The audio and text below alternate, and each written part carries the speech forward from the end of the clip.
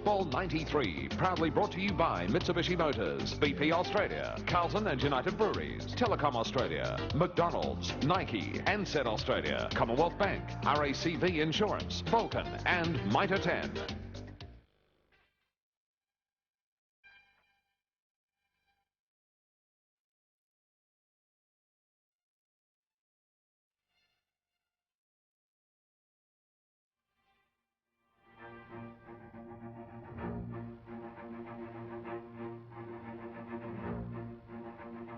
It's that one day in September, a day when there can be only one winner and one loser, a day on which reputations are built, memories formed and friendships forged.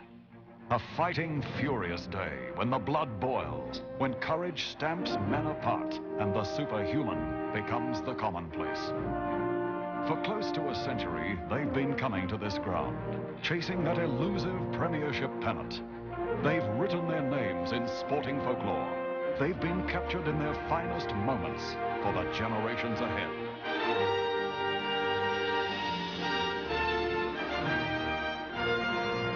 After 6 months, only 2 teams remain. CARLTON, in search of its 16th grand final victory. ESSENDON, looking for its 15th. The prize will come at a price. Welcome to viewers throughout Australia and around the world to the MCG for 7 Sports exclusive coverage of the 1993 AFL Grand Final.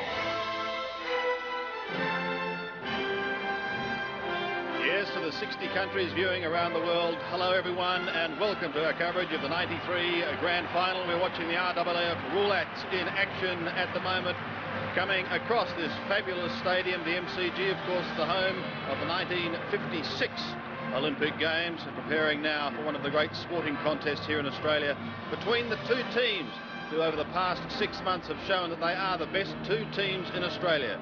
The Essendon Bombers are to take on the Carlton Blues. It should be a classic match wherever you're viewing around the world. I hope that you can stay with us here in this mighty sporting cauldron. Essendon finished on top of the ladder. It's amazing what a difference 1 year can make, because last season they finished 8th. Carlton finished 2nd this year, and last year they were 11th. Let's go down to the ground.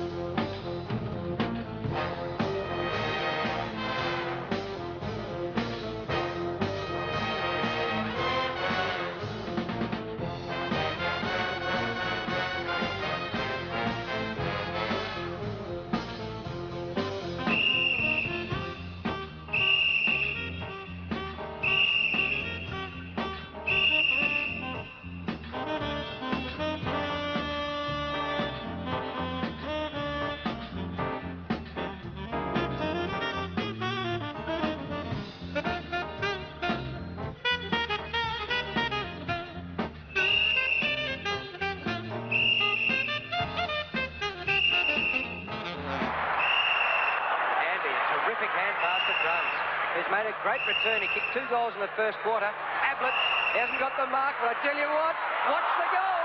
Jerry Edlett, you little beauty.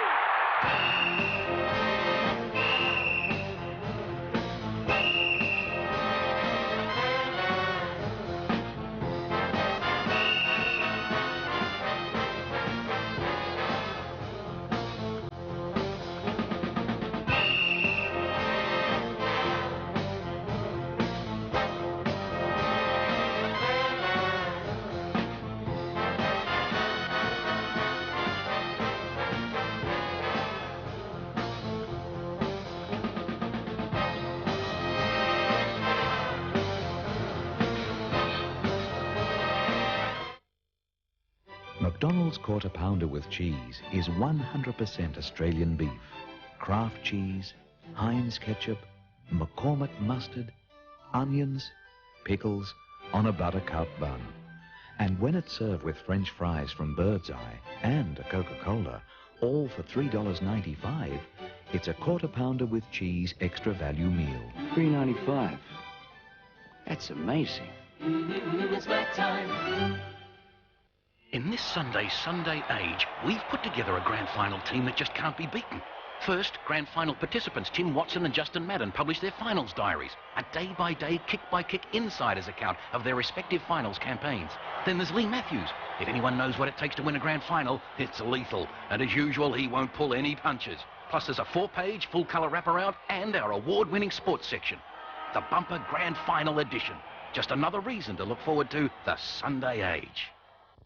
Hi, my name is Franca Senise. I joined Telecom Family and Friend FlexiPlan to save money. Isn't that so? Yeah, we can call anybody in Italy. I call Sarah a lot.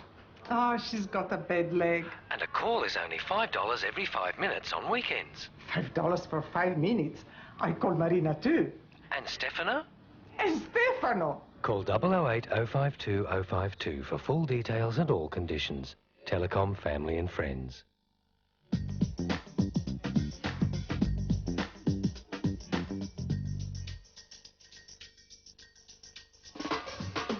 When life gives you an unlucky break, there's a bank that can help you out. A bank with mortgages so flexible, we can adjust payments if need be. Till you're back on your feet again. Which bank can adjust mortgage repayments? The Home Loan Bank. 7 Sports Mitsubishi Motors Mark of the Year. Your phone vote could win you a V6 Mitsubishi Magna. Dial a phone number you wish to vote for. Mark 1, Tony Modra, Adelaide. Mark 2, Matthew Phoebe, Tasmania. Mark 3, Chris Waterman, West Coast. Mark 4, Alistair Lynch, Fitzroy. Mark 5, Sean Wren, Adelaide.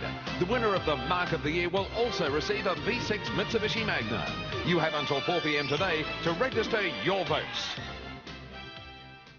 8:30 tonight on Inspector Morse.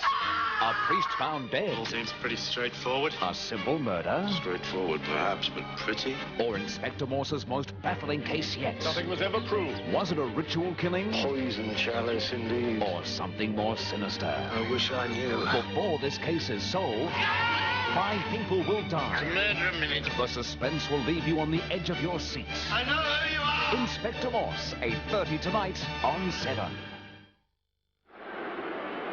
With 1993 being the International Year of the World's Indigenous People, we are proud to have with us today an international star whose credits for stage, screen and recordings include being the first ever Aboriginal woman to perform professionally on an Australian operatic stage. To sing Waltzing Matilda, an avid football fan and a wonderful lady, please welcome at centre field, Maruchi Faramba.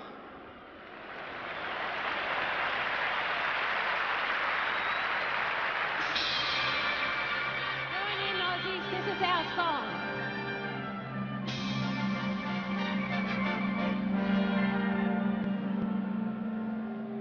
Once a jolly swagman camped by a billabong under the shade of the coolabah tree, and he sang as he watched and waited till his billy boiled.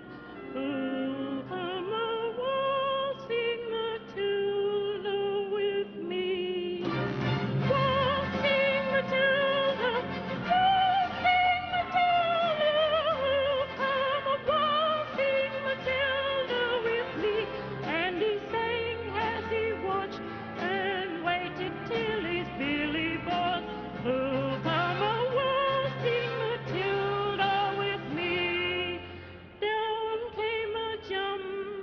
to drink at the Billabong. Up jumped the swagman and grabbed him with glee, and he sang as he shoved that jumbuck in his tucker bag. Who'll come a waltzing Matilda with me? Waltzing Matilda, waltzing Matilda, who'll come a waltzing Matilda with me? And he sang as he watched and waited till his billy boiled. Who'll come a waltzing Matilda with me? Down came the squatter, mounted on his thoroughbred. Down came the troopers, 1, 2, 3. Whose is that jumbuck you've got in your tucker bag? You'll come a waltzing Matilda with me. Up jumped the swagman and sprang into the Billabong. You'll never catch me alive, said he, and his ghost may be heard as you pass by the Billabong. Who'll come a waltzing Matilda with me? Waltzing Matilda, waltzing Matilda, who'll come a waltzing Matilda with me? And he sang as he watched and waited till his billy boiled.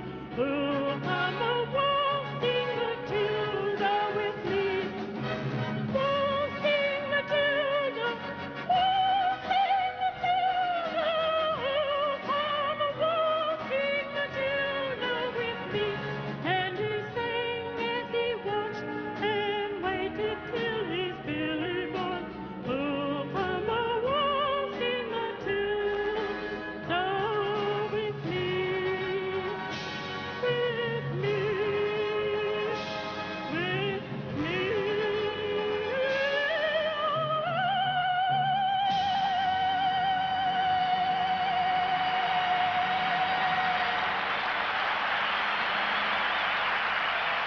Marucci Barumba and Waltzing Matilda. This MCG Stadium holds a crowd of just on 100,000 people. I don't think we'll reach that today, but certainly it is one of the great sights in international sport, and I'm quite sure we'll see probably 90,000.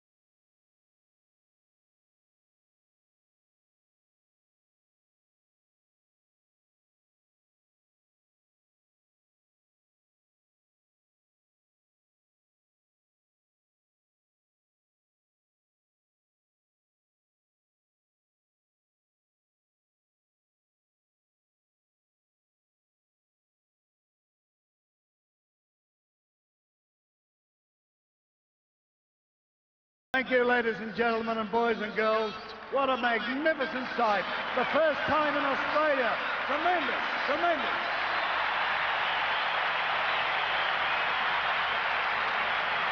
Indeed it was a magnificent sight. Some 50,000 fans in the Great Southern Stand, and with their card sequence working perfectly, they are welcoming you wherever you're watching around the world to this, the 1993 AFL Grand Final. It's that sort of thing that gives you goosebumps when you're seeing a magnificent contest about to unfold, like the one we're going to be witnessing shortly. Two gentlemen with me today who know what grand finals and finals football is all about.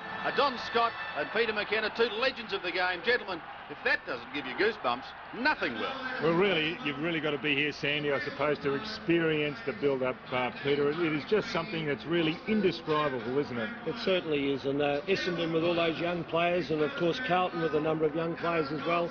They'll have the butterflies, and I think it's the hardest part is just before the game, just before you run out there, the nervous tension that you have to go through, Don. And the umpires, Carey and Goal Spink, and it's a real thrill for these umpires. This is what they aim for, isn't it? To get a grand final. It's the pinnacle of their careers. And there they are. Sometimes we forget about the umpires, but both those umpires have had outstanding seasons and thoroughly deserve to have the game. Well, the atmosphere here building all the time. As I mentioned, a crowd of around possibly 90,000 fans and pretty evenly divided. These are two very popular teams here in Australia, both Carlton and Essendon.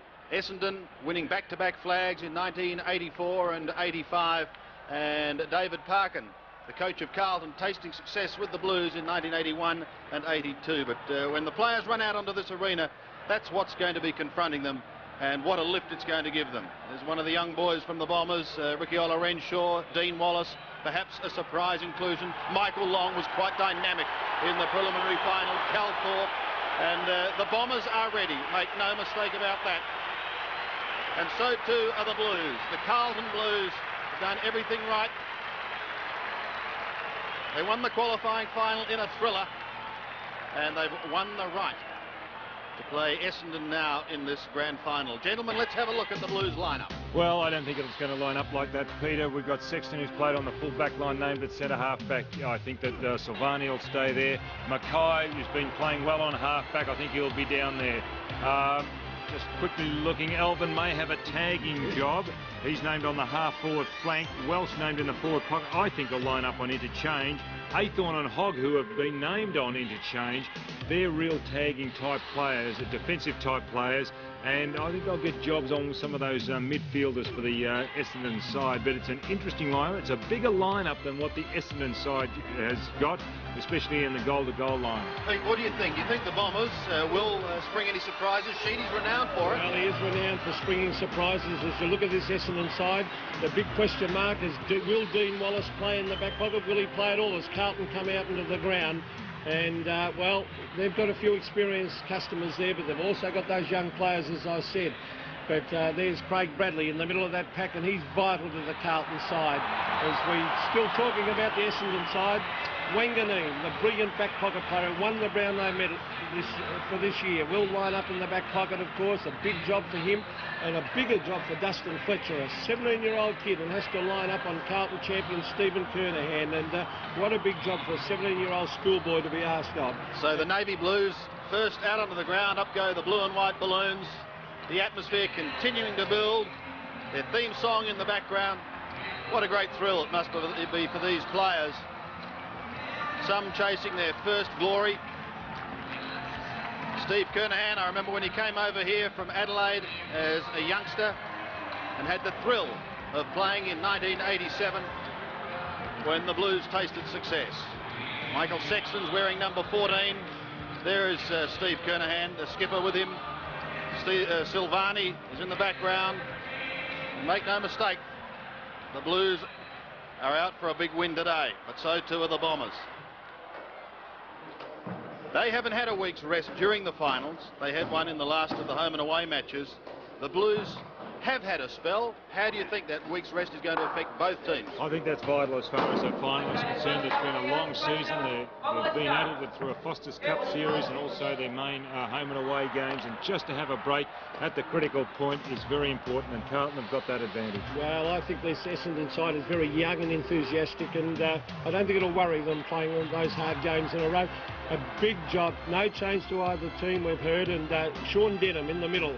Wonder whether he'll line up on the champion Greg Williams. A big job for Denham, and most important for Essendon, that Paul Salmon plays well at full forward on Silvani, and of course they've got the little goal sneak there.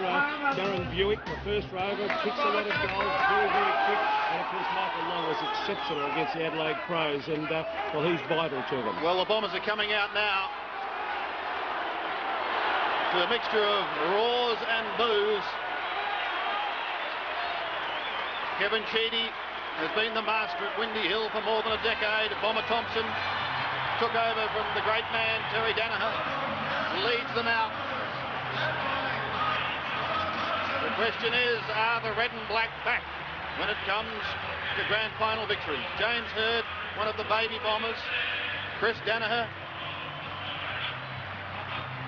Michael Long, number 13, was in sensational form in the preliminary final.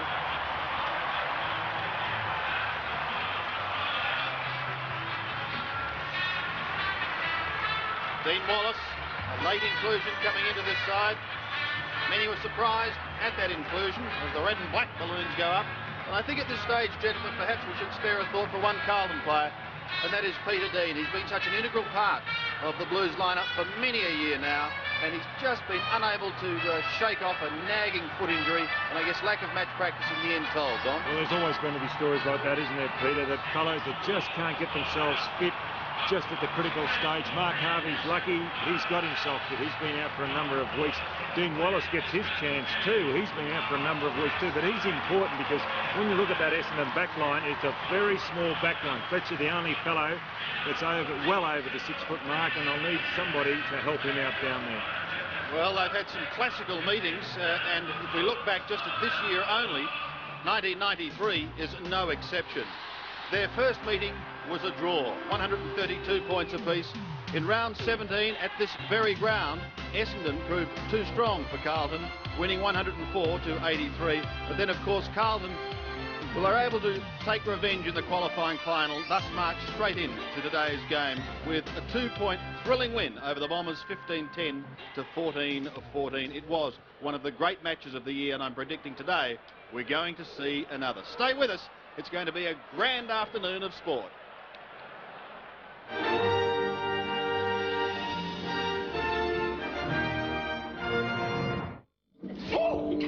Naughty girl. Hey, this is new. Yes, very nice. The old one went west in the storm along with the roof. It was 20 years old, but they replaced it with a brand new sofa. Yes. New for old. Most of them are doing it now. What about fair dinkum new for old? You know, with no surprises and nothing to leave you out of pocket. What sort of insurance company does that? Don't tell me. RACV Insurance. It's not just another insurance company.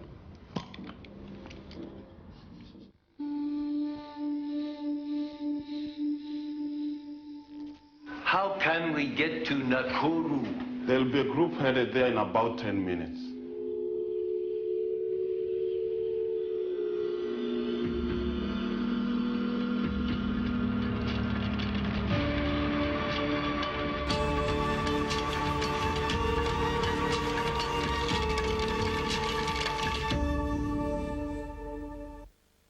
The classic collectibles are here.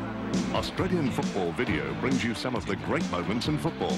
Collectible highlights of your team's history in a fantastic 3-video set.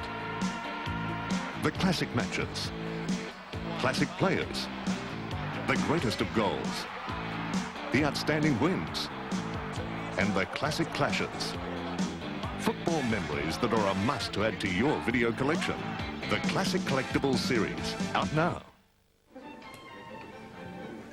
What will Sir have for entree? Oh, I think I'll save myself for the main. No? Don't want to spoil my appetite. And for the main? Oh, it's extremely expensive. It's an extremely good chef, sir. I know that. That's why I'm here. Could you get him to cook this up for me? Oh, the instructions are on the front. Mild Napolitano. Very nice. There's nothing more Australian than blowflies at a barbie, except the all-new Aussie Post. Covers all the things important to a bloke, including crime and girls. And this week, they've got the double, a cover girl who killed her old man. And sports, why top footy stars dream of death. Plus, this huge, free, double-sided footy poster. Razzed off reading about another rocky royal romance? Yeah. Learn a lot about Australia in the all-new Aussie Post. Out now. Nissan's Pulsar Q is back. but in limited numbers only. Fully imported, power steering, central locking, and distinctive Q styling. To get into Wheels Magazine's 1993 Quality Award winner, get into a Nissan dealer now and join the queue. Unbeatable quality for less than $20,000. We are the Navy Blues. We are the old Navy Blues. We're the team that never let you down. We're the only team that Carlton knows. Oh, her favourite Navy Blues record.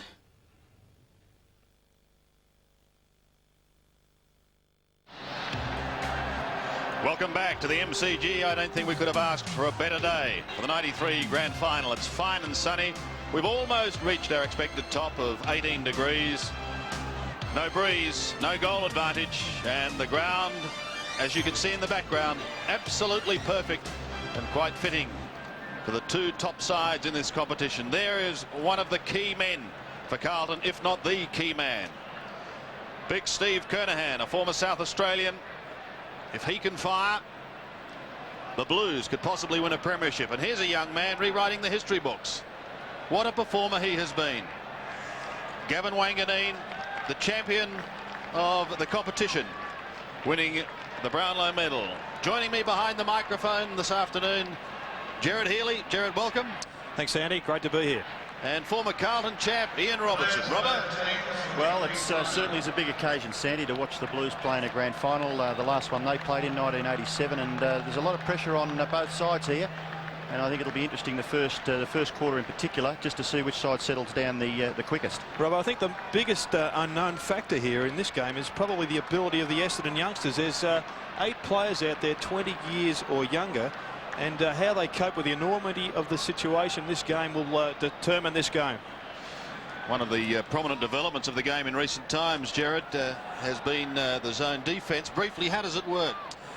Well, every player is given an area of the ground to take care of at the kickouts, and let's hope that most of them will be facing the goals, not looking away, rather than the traditional tactic of going man on man. This is an example of Carlton zone defence. They use 9 particular players. As you can see, the half-forward flanks move into the centre there. The full forward just drops back a little bit.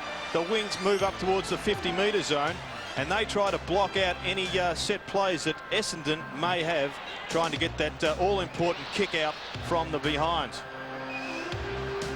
So both sides lined up. We're ready now for the national anthem. Ladies and gentlemen, boys and girls, the 1993 Foster's AFL Grand Final is moments away from when Barry Cable will walk to the centre of the field for the toss of the coin. We would like you now to join us as we welcome back to centre field Marucci Baramba for the singing of our national anthem and the start of the 1993 Foster's AFL Grand Final.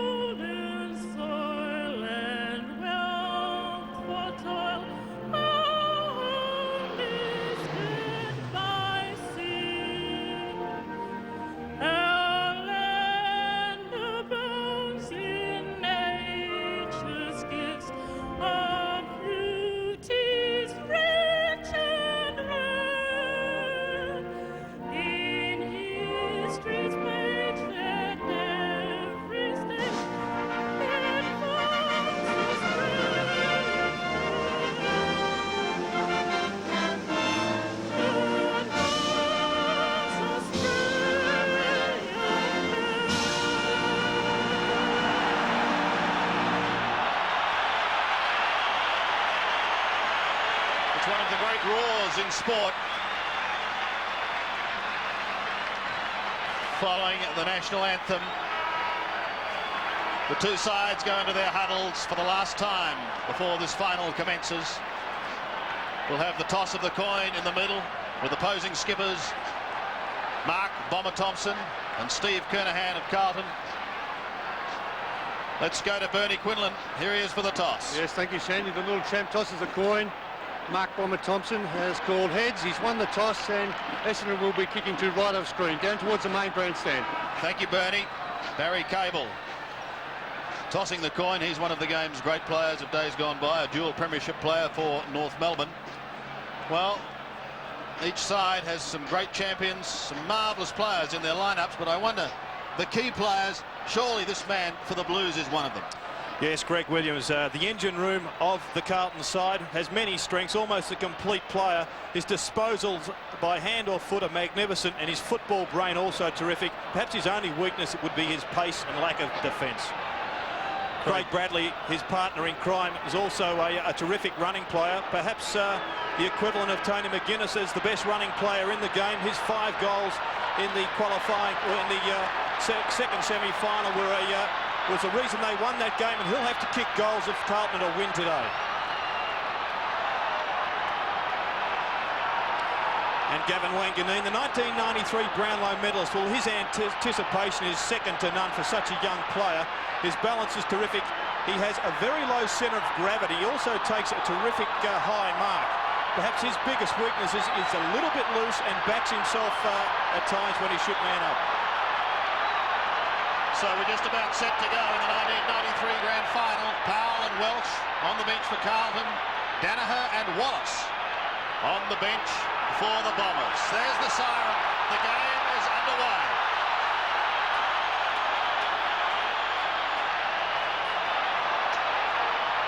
From the middle, Somerville can't beat Madden. He pushes it wide. A chance for Spalding to get the first effective kick of the game. Down towards right half forward, but Bomber Thompson is there, defending for Essendon. Steadies with a long drop punt up towards half forward. Christou was the flyer, wearing 39 for Carlton. He sees it over the line. And Sandy, a lot of discussion in the press before this game about players not being fit, but Harvey's on the ground and Spalding, well, they're matching up. I see Mark Aythorne has a big job on Michael Long, Essendon's match winner. Madden gets his second tap out for the game. Chance now for Ratton. He's very, very well harassed there by Mercury, and the ball forced over for another boundary throw-in. Just slightly in Essendon's forward half. There's a free kick off the ball there, and it's going to be taken for Essendon by Long. So Aythorne expected the free kick.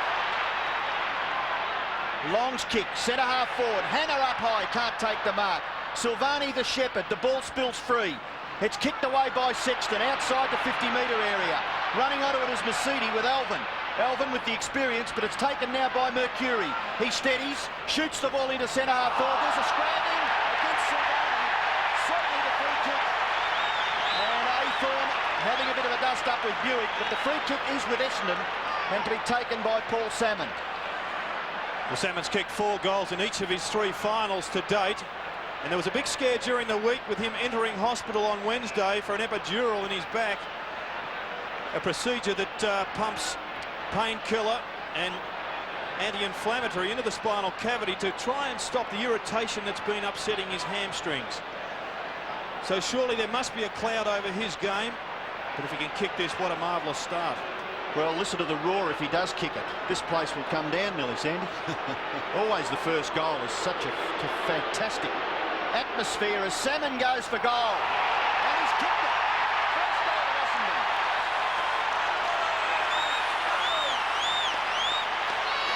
Yes, and that may be the most vital kick of the afternoon. Salmon isn't a noted straight shooter.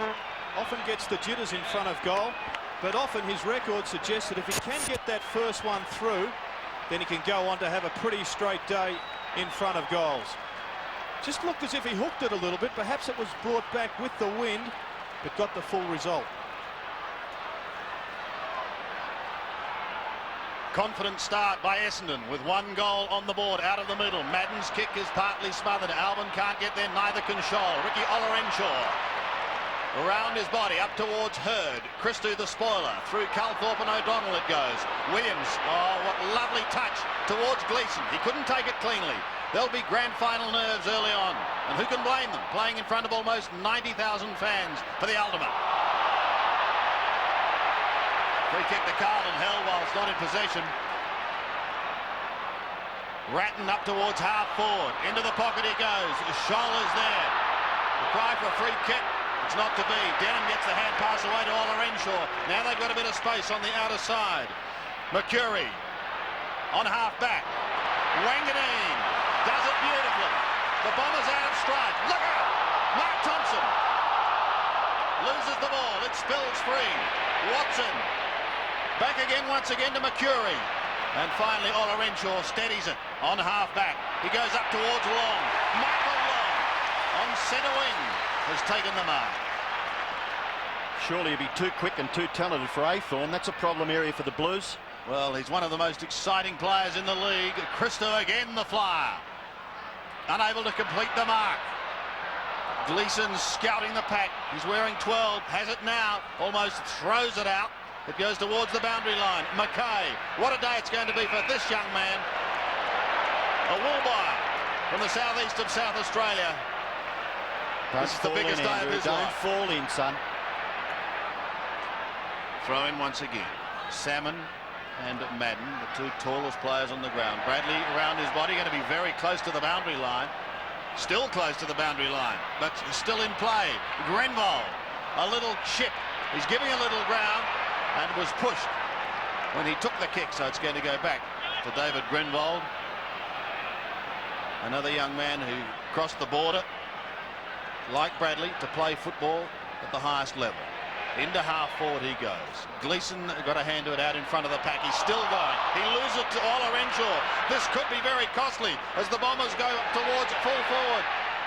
Buick is there. He's still there. Buick sweeping hand passes wide to Harvey. He's in stride. The cry of ball goes up, but play goes on. Inside, deep inside the Bombers forward line. Hills can't take it cleanly. Watson sees it socket away. The Carlton defence under enormous pressure in the opening minutes. It could even be tougher now. A kick in towards goal. It's pretty bad. Tomasidi has gone and hit the post. One behind. Tomasidi and the Bombers. 1-1. Carlton are yet to score. Well, you mentioned about Carlton's defence under a lot of pressure, and both sides have applied some good pressure. Quite fair. We saw Calthorpe and Bradley having a bit of a dust-up, and Buick and Mackay, but Silvani's kick, good distance, but straight onto Salmon's chest. Salmon short, equally as effective. Mark taken by O'Donnell. He's 50 metres from goal. Now, Gary O'Donnell may give himself a chance here. We saw Tim Watson last week kick a ball down that right-hand end of the ground, and it sailed through with the aid of the breeze from about similar distance. Essendon 1-1, lead Carlton yet to score. High, a long kick by O'Donnell, gets the distance, hits the post. Well, just having a look at the matchups in the Essendon forward half. Hogg has a fairly big job on Buick. Obviously, Silvani is picking up Salmon. Watson's been picked up by Sexton. Across half forward for them, Christo is manning up on Hurd. Mackay has Grenville. Grenville, a surprise move to centre half forward, and Ratton's got Ola Renshaw. Short kick has been marked by Scholl. He's in the back pocket, and he gets Carlton up towards the centre of the ground. O'Donnell couldn't take the mark. Sexton's kick goes up towards centre wing. Harvey and Spalding both there. Now Craig Bradley. He's dynamic when he's going. Goes with a long kick up towards Kernahan. Belted away by Dustin Fletcher. This young man is the most publicised schoolboy in the country, and he's got one of the biggest jobs of the day today. Yes, and one of the big unknown factors, of course, he hasn't stood Stephen Kernahan before, despite the fact that these sides have met 4 times this season, including a practice game down in Hobart this year. Carlton deep into their attacking zone for the first time, but it's Thompson, the Bomber skipper, who defends. Scholl sees it over the line. Clever kick by Thompson to gain a little ground for his team. Somerville wearing 19 for the Bombers, up against big Justin Madden. They call him Harry. No clear winner out of that as it's forced towards Williams. He's at the bottom of that pack. Denham asks the question. but more in hope than anything else. The on-ball matchups are very similar to those in the qualifying final. Denham has picked up Greg Williams. Calthorpe has got Bradley, and Gary O'Donnell is on Gleeson. They're doing a good job at the minute. Good play by Calthorpe to get the ball clear, but it's Brown for Carlton. A kick high, no mark taken. Ball with Thompson, who's been under a lot of pressure on that half-back line, doing well. So was Masidi, then O'Donnell, and the Bombers are out of trouble. It finishes with Ola Renshaw.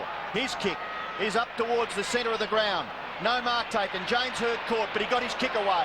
It's bashed away by Hogg, taken by Sexton. A quick kick by that player into the centre of the ground. The mark is taken by Gleeson.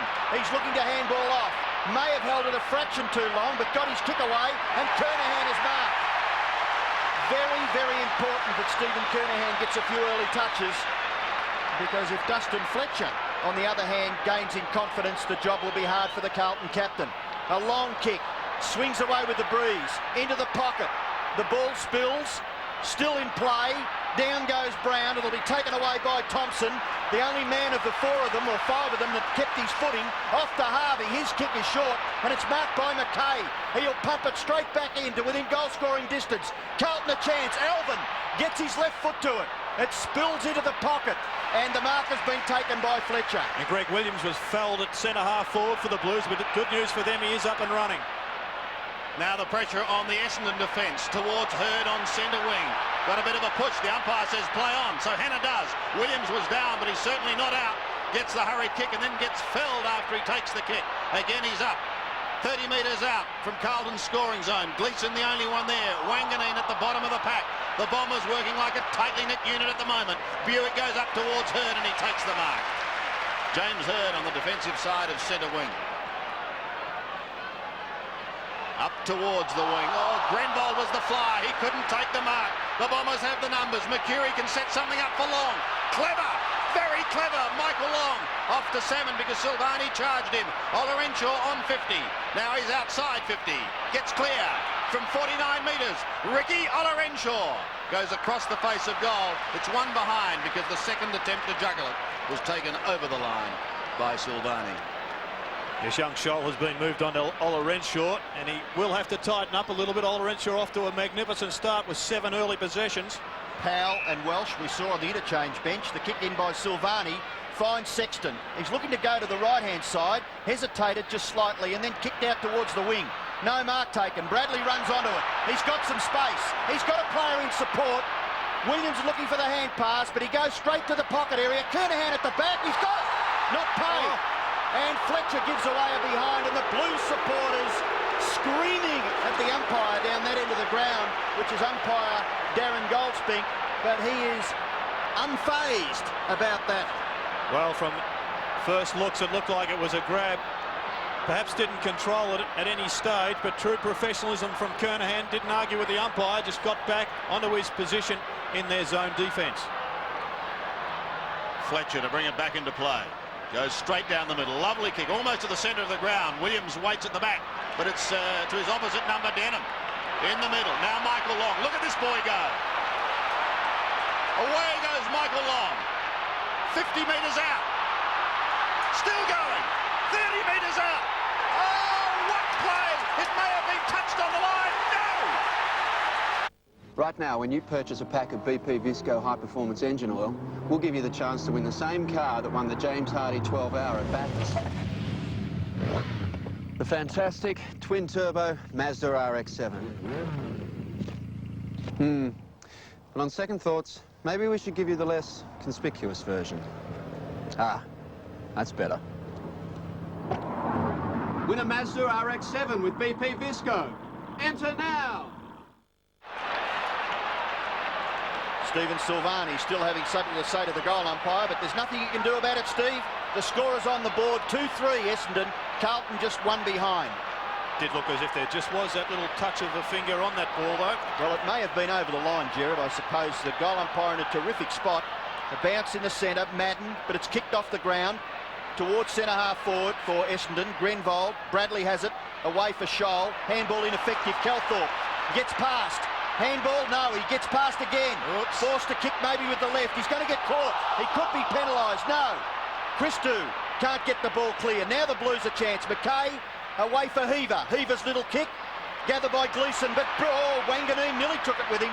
Brown kicked the full forward. Kernahan's got it. No mark. Play on. Elvin can't get past. Well scragged. Kernahan snapshot. Kernahan! Carlton's first goal. Magnificent persistence by the captain leading from the front.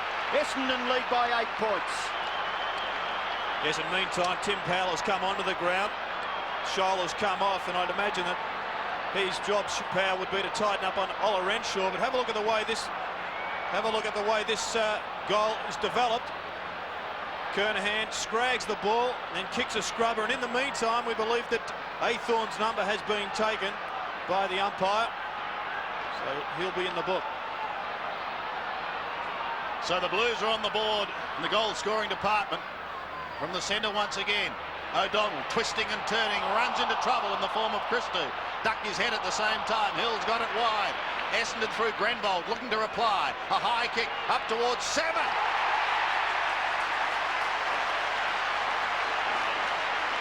Well, you've got Salmon at one end. You've got Kernahan at the other. You've got 90,000 screaming fans. Yes, just too much strength on this occasion. Gets the right position, good use of the body. If he can complete this goal, it'll be a terrific start to Paul Salmon. He's kicked 61 goals for the season. This is his 182nd game. For the Bombers, there's often been talk that he may leave, but he's stuck with the club. There's quite a run up, as you can see. 30 metres out. Straight as a die, as if it was on a wire. Salmon gets his second. The Bombers answer. 3-3, plays 1-1. Yes, an excellent start by Essendon and Salmon. Of course, they rely on him in particular to kick the majority of their goals. But he hasn't kicked many bags this year. In fact, he's only kicked more than 5 on 2 occasions. He got 10 goals in a magnificent game in round 6, when at the other end, Gary Ablett kicked 14 goals, 7. Essendon 19 handballs to Carlton 5. Very early in the game, but the Bombers getting a fair use of the ball. Ruck contest. It comes away through Denham. A good long kick towards full forward. Puts pressure on the Carlton defence again. Rushing it through is Hogg. And it's another behind to the Essendon score. 3-4 plays 1-1. Mark Thompson won the toss and had no hesitation kicking to that right-hand end. Kick in has been marked by Ratton. Goes along the boundary line, probably favours Ola Renshaw, and he's taken the mark at the back of Sexton. As Tom Elvin has now been moved onto Ola Renshaw. Powell's up in the forward pocket, being picked up by Joe Masiti. Great start by Ricky Ola Renshaw. Kick number 6. It's a centering kick. Somerville was the flyer. Play on, says the umpire. It's not good enough. Heaver and Buick. Heaver at the bottom of the pack. Loses the football. Spells free to Long. Back to O'Donnell. Hurried left foot snap. Pulls it away in towards the right pocket. No mark. And it was touched over the line. For a throw in the right forward pocket. Well, this is one of the features of our game, isn't it? The high mark, but he didn't hold it. Throw in. Still in the attacking zone. Or could it possibly be a free kick to Athorn? Umpire says no, he wasn't ridden into the ground illegally. We'll have a bounce. If the umpires stick with it and make all players earn free kicks like they're doing so far, I think it'll be a terrific contest. Chris Danaher, one of the great footballing families on the bench. Denham scouting, couldn't take it cleanly. Out it came from McCurry. Now they've got a chance. O'Donnell's going to have a second ping. Once he's away to the right, now he's away to the left. And these misses could prove costly because Essendon have dominated this game to date. If they could establish a 6 or 7 goal lead early, it'd be very difficult to peg back. Silvani short again to Ratton, in turn to Heaver. Heaver goes one way, then the other. Then kicks in near the centre of the ground. Very important possession for Brown. Well tackled by Thompson. Ball spills for Bradley. He's gone. The ball spills now for Brown. Free kick may go to Bradley. Advantages with the Blues. Brown on centre wing, off the left foot. He looks for Kernahan. Has he marked it? No. It was a bump ball, says the umpire. And it looked just that from here. The Carlton fans again not happy. But maybe Steve Kernahan Again, no argument from him. He trapped it well. The bounce, 48 metres from the Carlton goal. Tap back. Chance for Williams. He's well pressured by Denham. Yet to get into the game, Greg Williams. That kick is marked by Hannah on centre wing. Players just a little pumped up. Some chest marks being dropped. Somerville dropping a mark. Kick towards full forward. Spills for Bradley. He's well tackled by Fletcher. Now the kick by Spalding, smothered by Somerville. Nearly taken by Gleeson. Chance for Spalding. He's caught. Must be penalised. No, play on again. Umpire asking the players, really earn your kick. In goes Athorn, tackled by Mercedes. He's penalised now. And I think the umpire just got fed up with all that and picked the free kick out, and it goes to Mercedes. But what a fantastic passage of finals football. Powell a little late on Long. 50 metres, 50-metre penalty.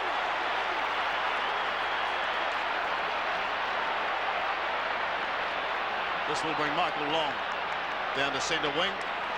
Well, this is certainly only just fractionally late. Comes over the top of Long, rides him into the ground. Perhaps that was what caused the 50-metre penalty.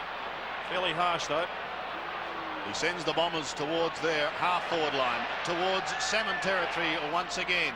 Also there is Mercury, tries to get the hand pass out. Watson twists into trouble, and the Blues should get out of trouble. Sexton gets a hurry kick towards the half-back line.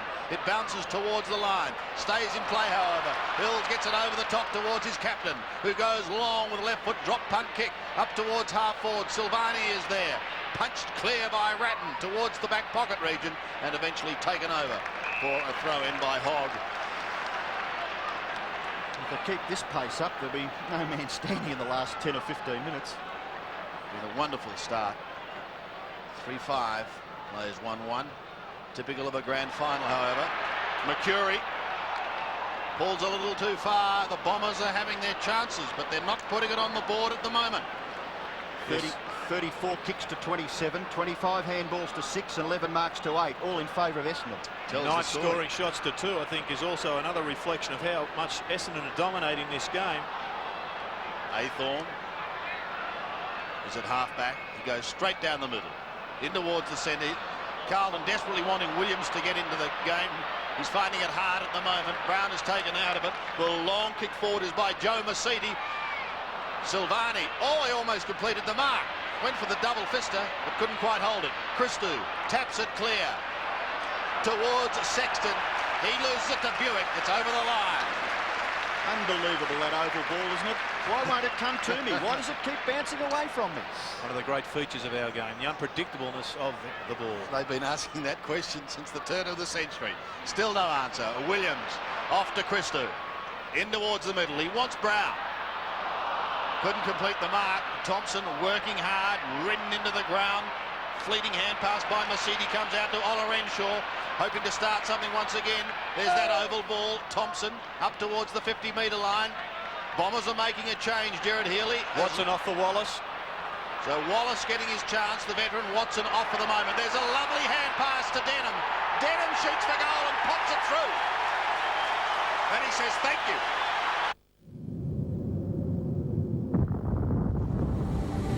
Sunny day, 35 degrees. Cloud moving in today, it looks like some... Okay. In a country as unpredictable as Australia, your family deserves all the protection you can give them. The powerful Australian designed and built Mitsubishi Verada V6 wagon.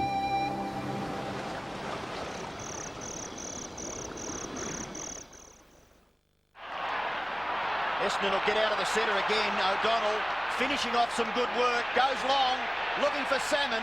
It's punched to the back and it hits the post, so it registers a behind to Essendon. Well, they're doing all the scoring. They've had 11 shots at goal now, 4 goals, 7. So maybe the Blues a little fortunate. Plenty of possessions for the Bombers. And with Athorn coming off the ground, Scholl has come on. He's gone to centre half back on Grenvold, and McKay's moved over to go on to Michael Long. Well, there's a disappointing kick out. Hannah was the target, but Paul Hills has taken the mark. He too may have erred in attempting to go short. Ola Renshaw takes it, gives the hand pass away to Denham. Grenvold caught, ball spills free to Salmon. He's in trouble, the big man. He's caught. He's lost it. He's had the opportunity there just to give that quick handball, but elected to go himself and was bundled up by Greg Williams. I'll tell you what, I wouldn't want to have a Carlton jumper on in defence at the moment, Sandy. It's pretty hot down there, isn't it? It's boiling. Williams in towards the middle. Scholl gives it away to Powell. Hurried kick up towards half forward. Spalding, eyes only for the football. Here's the Brownlow medalist, Gavin Wanganeen. Hills on centre wing. Paul Hills.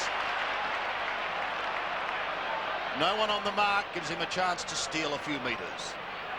Heads to half forward. Again, Denham waits down, but he loses it. Calthorpe was there also, and Buick.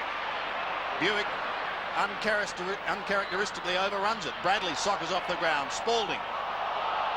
Wanganeen gives it away to Harvey. Harvey long and low to Hurd. Oh, the baby bombers are popping up everywhere at the moment. Well, it was the Carlton backline that came into this game with the big reputation, but the gang tackling across half-back for Essendon produced this goal. Here you see Harvey on the end of some terrific work there by Wanganeen and also Thompson. And a long kick straight down the corridor sets up Hurd for his first shot at goal. He's going to be kicking from directly in front, 30 metres out.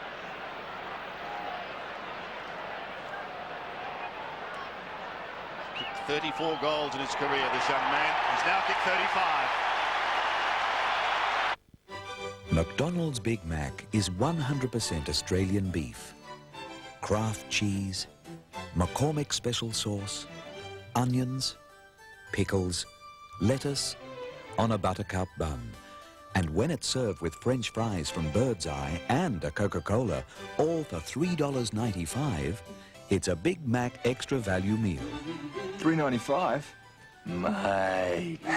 It's Mac time. So Carlton swinging plenty of changes. Hannah in the centre circle, but Essendon get out again, nearly through Denham. Williams the tackler, looking for a free kick, not forthcoming. Somerville gets it to Hills. Williams the tackler, but it goes to Ola Renshaw. McKay stands up and just halts up play, but he gives away a free kick. It'll go to Essendon at centre half forward against Andrew McKay, to be taken by Ricky Ola Renshaw. Getting good distance with the kicks, the Bombers down to that main scoreboard end. He goes in short. And no mark taken. Wallace on the ground, taken by Sexton. Kicks quickly. No mark taken. Buick was the player striving for it. Wallace overruns it. Taken by Sexton. He goes straight down the ground for Carlton. In fact, over the centre, Wanganeen!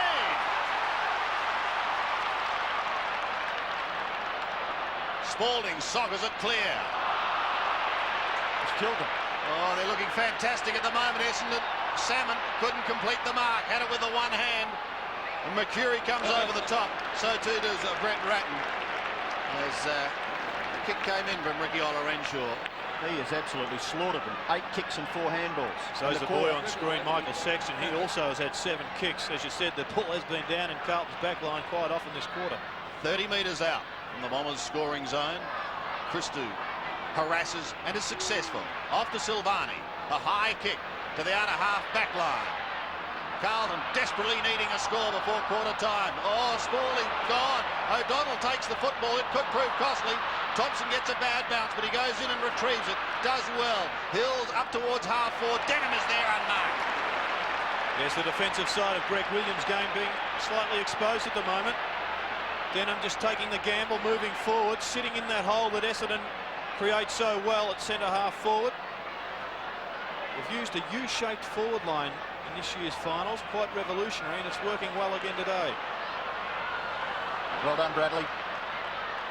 On the 50-metre line, Wallace just came onto the ground. Did he throw it? Yes, said the umpire. Sandy, you've got to give great credit to Bradley there. He interfered with Somerville's attempt to mark, and then he went after it and scragged Wallace, and he got a free kick.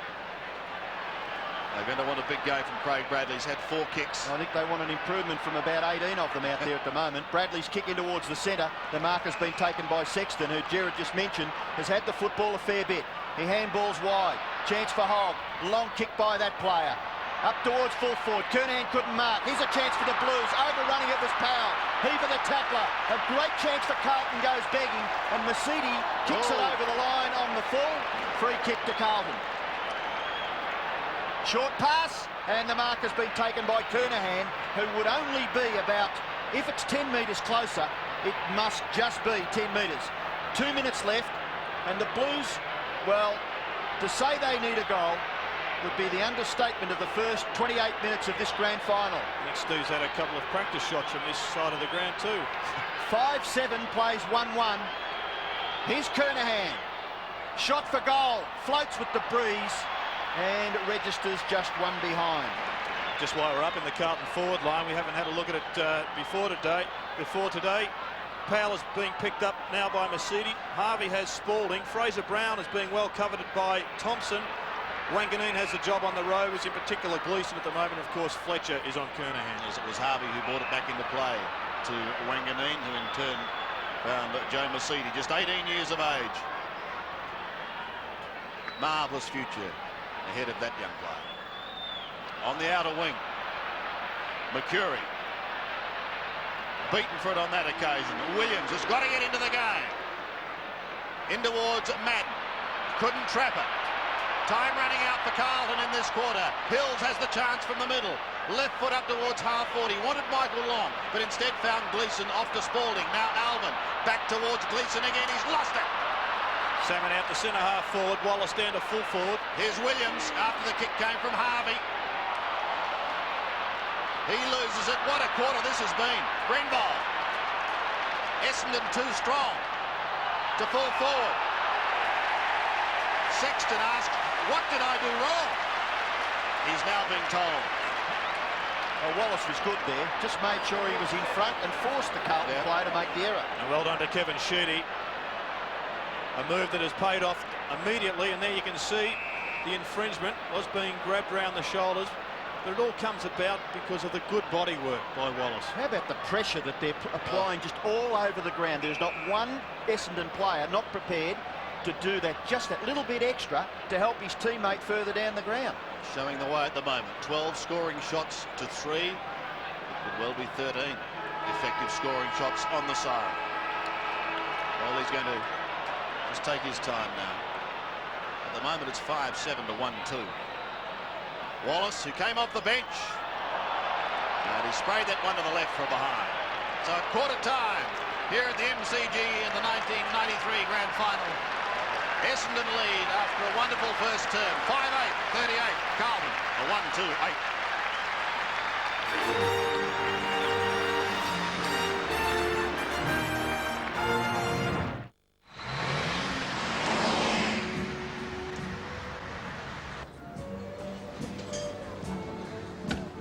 Geez, I'm getting a bit confused with all this stuff about the price of phone calls.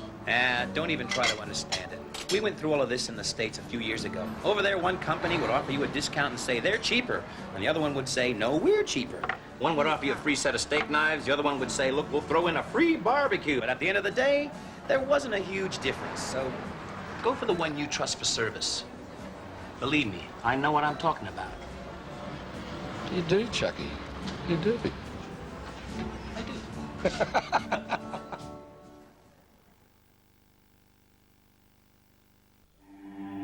To develop the most advanced four-wheel drive in the world, we tested it in the most rugged country on Earth.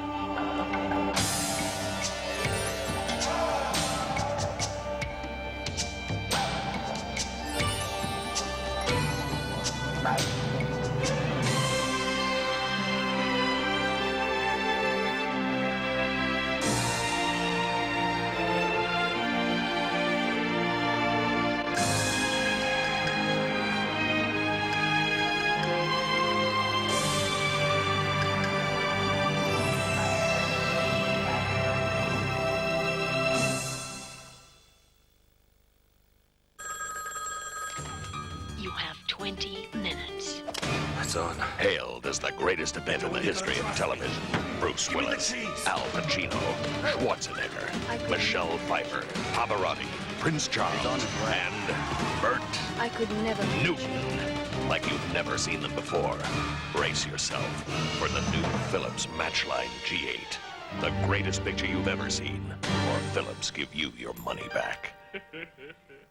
It's a great day to be out on the road, but it could easily become the worst day of your life.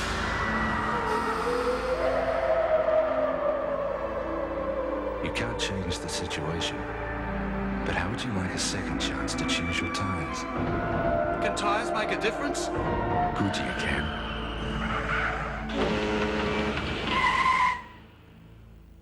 If it only saves you once a year, it's a Goodyear.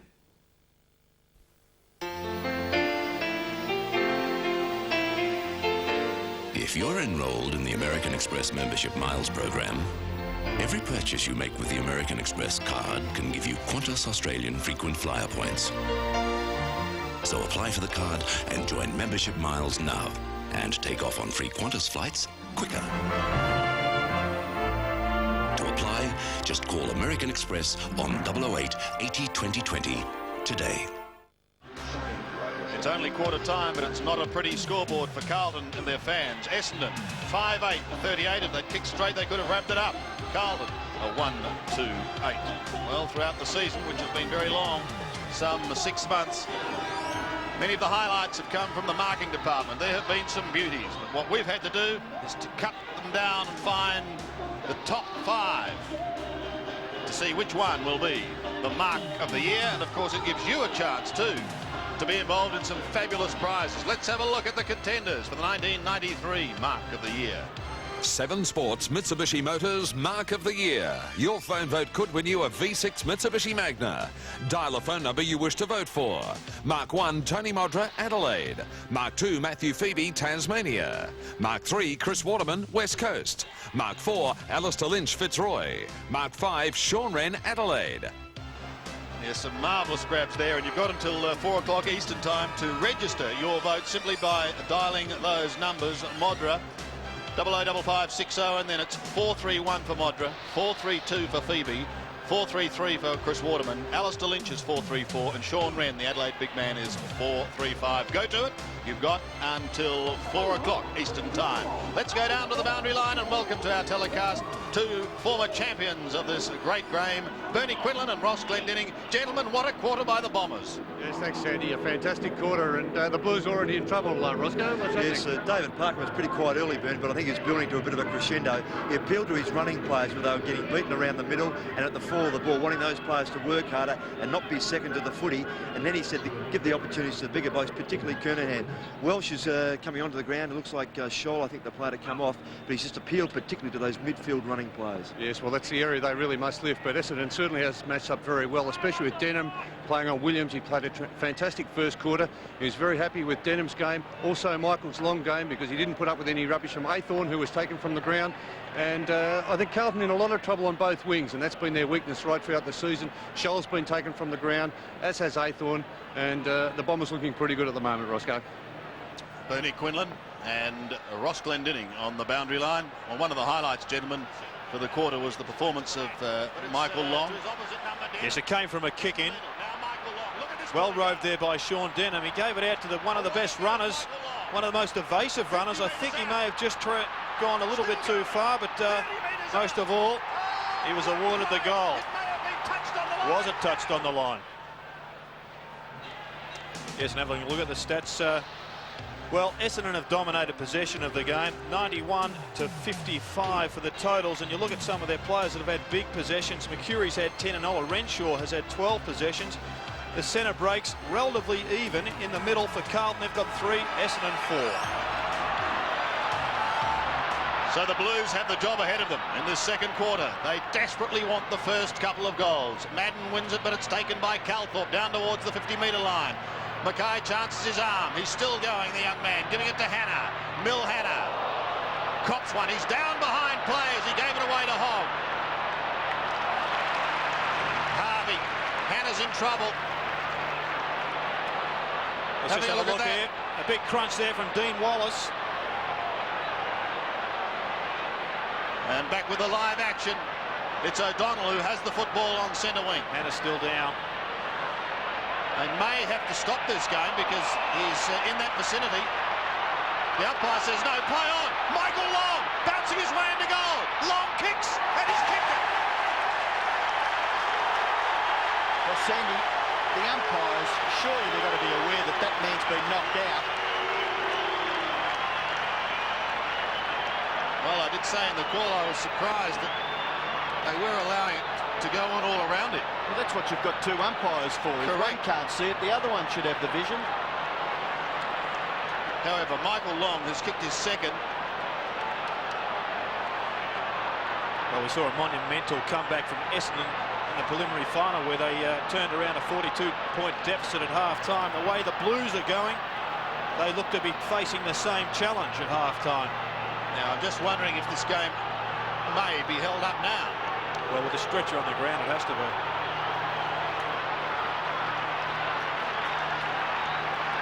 How's this going to work? What sort of an effect is it going to have on both sides? Will it fire up the Blues? See, the pace has been a big difference, hasn't it? Very evident. Oh. Just Unbelievable. Essendon running away. And another scalp on the belt of Dean Wallace, a player that runs hard at the ball, but also hard at the man. If he gets an opportunity, he puts them away, and he certainly has done that to Mil Hannah. I didn't think there was anything too illegal about it. David Parkin now has to reorganise his outfit. That's what he can see from his vantage point. It is a magnificent one. Aythorne is quickly onto the ground. Well, something like this can work one of two ways. It's going to be interesting to see what does happen. Thompson had it, then he lost it. Denham threads his way through the pack, gives it to O'Donnell. The Bombers are looking like a champion team at the moment. Buick may get a chance. He's 40 metres out from goal. Hurd is there. Trudge one tackle. Gets a long, low kick in towards full forward. Carlton has the numbers, but that's all. Oh, Wallace has kicked the goal. Work that out. Well, John Dorotich is certainly trying also, Sandy.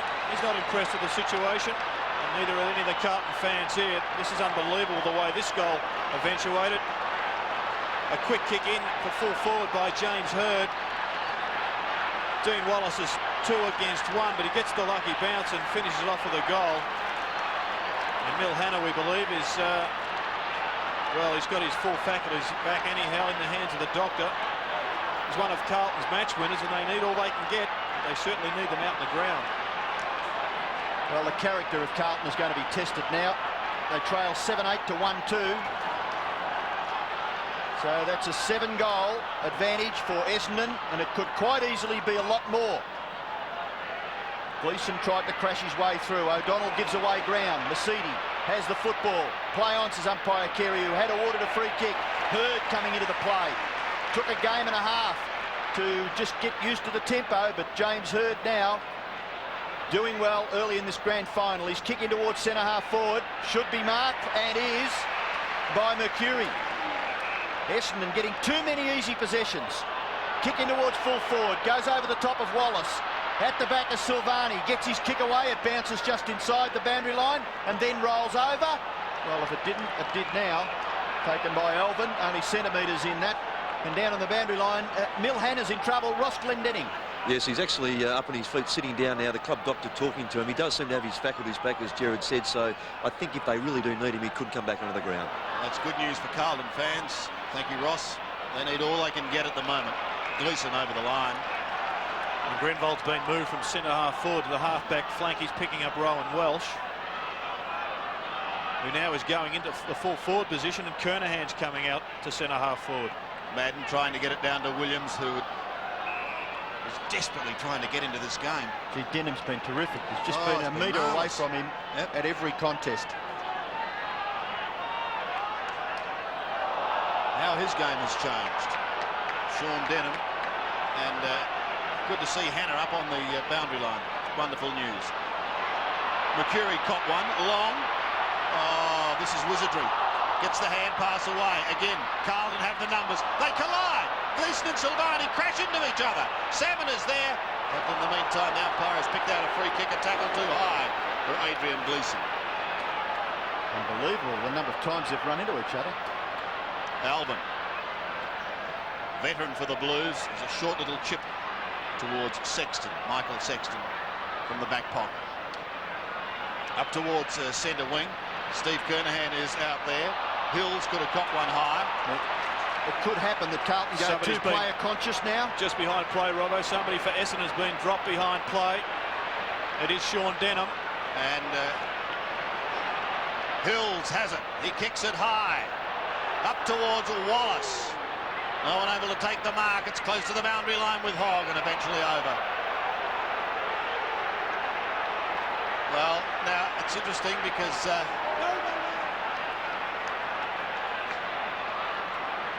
his immediate opponent is down on the ball at the moment. Gleeson almost taken high. Here's Williams. Cross to Alvin, but he's under pressure. Gleeson back to Williams, who's incurred the wrath of the Essendon crowd. So that may give you a little something to think about there. O'Donnell caught one high. It's on centre wing. It's a desperate time in the game. Carlton must get back into it. Bradley still on the outer wing. He's still going. Flicks it round his body. Could have been taken late, but O'Donnell takes the mark. That's typical the way Carlton are playing, though. Whenever they get the ball, they're always under enormous pressure, and Bradley's kick went nowhere. Mark to Hurd, he plays on from 50 metres. James Hurd, floating kick, no mark taken. Silvani regains his footing. It's left for Alvin, well tackled. Bill ball spills free. Wallace, good smother by Sexton. Wallace again. He's caught with a foot. He's got to be penalised. Must be penalised. And at full back, the Carlton boys under pressure. They're not happy with Wallace. Madden will take the free kick. Gleeson's on his own in the pocket. Darren Goldspink has a talk to Justin Madden, and Milhana may be coming back onto the ground. And it looks as though the Bombers too are going to make a change. Chris Danaher is up and out of his seat on the bench. I'd say Denham would probably come off. Well, he might need a bit of a spell. Brown gives it off to Bradley. Craig Bradley. Long kick up towards the half-forward line. Again, it's Essendon with the numbers. And Denham is coming off a blood-spattered. Denham leaves the arena. Well, there's no second chances here, Sandy, and, you know, Carlton are down the gurgler at the moment, so they've got to try anything possible here. Hills, now Bradley, from 50 metres outside that area. Good mark. Grenvold in front of Welsh. Bradley has lifted. He's trying to get the Carlton side up and running, but his disposal just letting him down at the moment. Ordinary kick by Grenvold, nearly marked by Ratton, is it? It's been paid. Yep. And Ratton is 55, 57 metres from goal. Short kick into the pocket. And the mark is taken by Welsh. Good lead, but he's made it a very difficult angle for himself. As Ratton's come on to Ola Renshaw, his third opponent for the afternoon. Aythorne coming off the ground, Milhana coming back on. Here's the mark to Rowan Welsh. I had a feeling Carlton might start like this. They elected to keep him on the bench at the start of the game. I think this is perhaps the only weakness Essendon have got, the ability to match up three tall forwards. Well, Welsh shot for goal, across the face, into the pocket, punched away, picked off by Mercedes.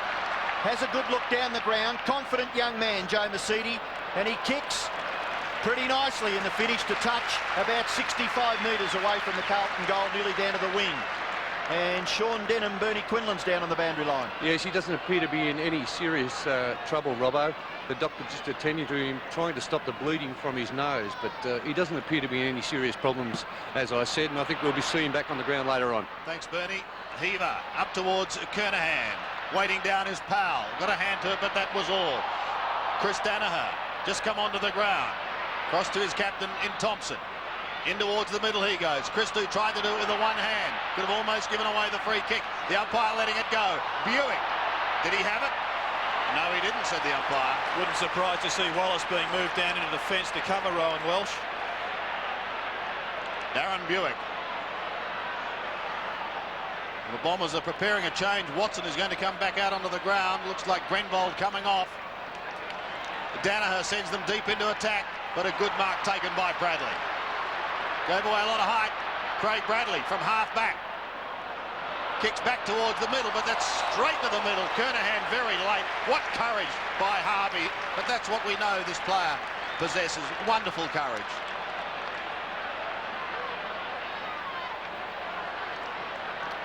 So Mark Harvey has it just on the defensive side of centre. Drifts it to half forward. And again, a good mark taken by Hurd. James Hurd is growing in stature as this game progresses. Salmon on the lead. Well, Dean Wallace has been moved down to full back temporarily. I think it was just to execute the change to allow Tim Watson to come onto the ground and Grenvold off. Now Dean Wallace is heading back to the forward line as we see this lead on screen once again. Salmon just getting away from Silvani there. Silvani hasn't perhaps got quite the pace. He's got to block the run of Salmon. There's no point chasing behind him. He's got to stop him before the lead is made. Paul Salmon has 2 goals for the day, 453 in his career. Arches himself over the ball, then begins the slow lope. He drifts it away to the right. It does come back ever so slightly, but not enough. One behind. The Bombers move to 7-9. Carlton are still 1-2. Dean Wallace, there he is on screen, has been moved up to the forward pocket. At the Brent Croswell run from one end of the ground to the other, now back again. Sexton looks for Madden. Ball spills. Nearly James Hurd, but Madden's got the football. Little handball Spalding. Heaver, fumbled. Down goes Harvey, taken by Hills. Free kick. It could go back to Harvey on centre wing. And a free kick against Earl Spalding, a rather crude tackle. So Essendon doing it quite nicely. Kick in towards centre half forward. McKay fumbles again. Williams under pressure. Over the top goes Mercury. And Williams will take a free kick. Mercury a little high. It's on. It's There's on. Another blue at centre half forward for Essendon as Williams comes away. Williams down behind play. Sexton kicks the ball away. Still players fighting at centre half forward for Essendon. But Wanganeena's mark on the left-hand end of the square. Handball away for Mercedes. Mercedes high kick in towards the centre. Taken by Hogg. Caught by Buick. Hogg, you were never going to get away. Buick's got him. Could nearly be penalised. The umpire watching. Now play goes on. Chris Danaher gets clear and kicks it into the pocket. Not a bad pass. And a good mark taken by Mercury. And Carlton are Essendon player conscious instead of going for the football with the big M on it. And while you were calling that, Rob, I was keeping an eye on the action, but there was not a lot to report. A lot of pushing and shoving, really. Well, this player's been in plenty of action. Mark Mercury has been quite outstanding. 10 possessions in that first quarter. It's been a little bit quieter in the second. Mercury for goal from 40 metres. Good kick. It's another goal of the Bombers.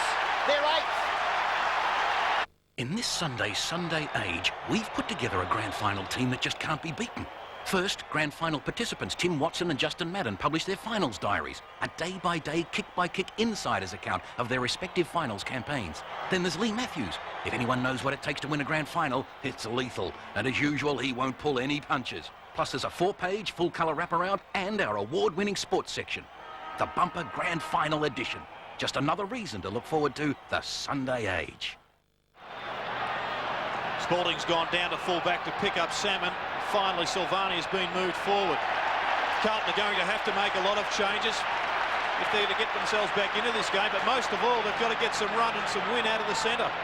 Carlton's last goal, their only goal, came at the 13-minute mark of the first quarter. It's been a long time between drinks. Look at the skill of Long. Here's Ricky Olorenshaw. Kicks into the man on the mark. Wallace may get a chance. Buick is also there. Gives it back to Olorenshaw, but his hand pass a little too wide for Wallace, and it goes over the line. I saw O'Donnell coming up a little groggy. That's why. Eyes for the man, not the ball, as you said, Robbo. Madden. The big man gets clear. And Hoyt's a torpedo. Silvani used Harvey as the stepladder, but that was all. Wanganeen off to Fletcher. A high kick by the 18-year-old. Goes to half forward, but only as far as McKay. Carlton needs something.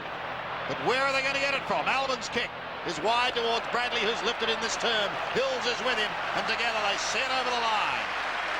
We're just looking at the centre breaks of this quarter. It's 4-love in favour of Essendon. Kelthorpe's got it out once. O'Donnell's got it out twice.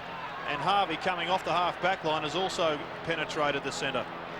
From the throw-in, Christou.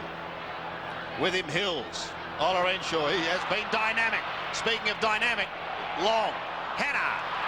Back on the ground after being almost knocked out. Still going. Eventually is forced to give it away to Ratton. From the centre. The Blues trying to mount something.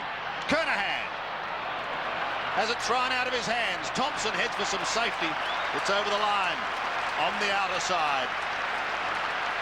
The thing is that Essendon only kicking 8 goals, 9. I mean, it's not a super score. The Blues just haven't been able to get anything from their half-forwards or full-forwards. And it is a super score when Carlton's managed just 1 goal. Terrible performance in nearly half a game of football. Williams across his left shoulder looking for Kernahan. 2 players back there for Essendon, Fletcher and Wanganeen, and they hurried the ball away from the Carlton captain over the boundary line. Well, the big question mark was, how would the young Essendon players perform? Well, to date, I guess they've been magnificent. Mercuri, Masidi, Fletcher, of course, and Ola Henshaw. And that great punch there by Fletcher.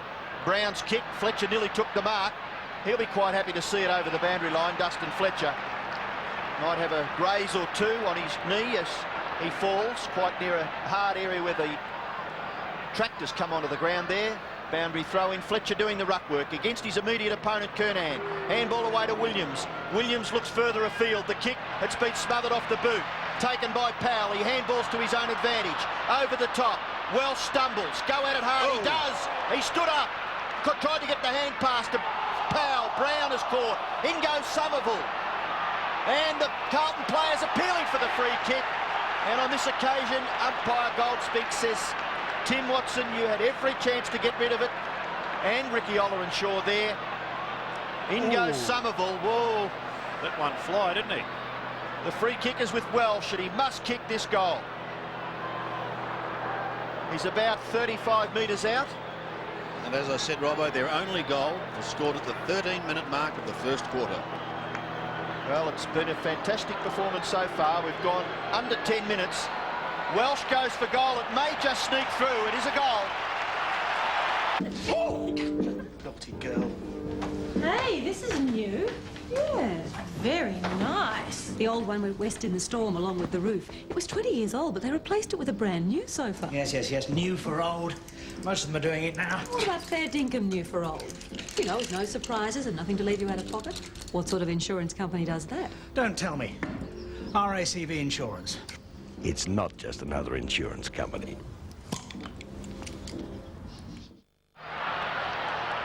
Carlton goal. Can they come back? Kernahan marks on 50. I played in 1970 when they were behind by 44 points. This could surpass that if they could get out of this trouble. Yes, well, they trailed by 49 points. Now they're starting to peg it back with that goal from Rowan Welsh. This could bring them even closer. Steve Kernahan from just on 50 metres. He's got it. He's got it. Wasn't a very convincing kick, was it, Sandy? A floater. In the meantime, Denham is back on the ground for Essendon. But that's an important goal for Carlton. 2 quick ones. Yes, Bradley once again getting the ball out of the centre. It's the first time they've done that this quarter. Steve Kernahan, a typical Kernahan goal. He very rarely drops the ball correctly. Therefore, puts a mongrel spin on it, but got the result. Wallace moving down towards the back line. Madden was advantaged by the bounce. Ola Henshaw tackled by Ratton. The kick goes into half forward where McKay has taken the mark. And he kicks wide. Wallace up from the defensive role, taken by Denham. Short kick into the pocket, mark taken by Somerville. Long's on his own. Give it to him. He does. Long marks. Look to play on. Now he does. In towards the centre of the ground, and the mark taken by Mercuri. Too many loose players there for Essendon. Wallace coming down to full-back. Watson. To pick up Welsh. And that caused a little bit of confusion because Somerville went down to the forward line. The player was not quick enough to pick him up. Created the loose man. He gave it to Long, who in turn has passed it to Mercuri. Mercuri is only 20 metres out directly in front. And this will kill off the Carlton surge. That kick is close. It's a goal. So McCurry kicks his second goal, and Essendon answer the only way they should, 9-9 to 3-2, and you still can't get a smile from Kevin Sheedy. Well, this game is a long way from over. Let's see Ricky Olorenshaw coming off the ground, and a bit of a surprise move. David Grenvold coming onto the wing. Let's have a look at the way he drops this ball. That's better connection. Straight through the middle.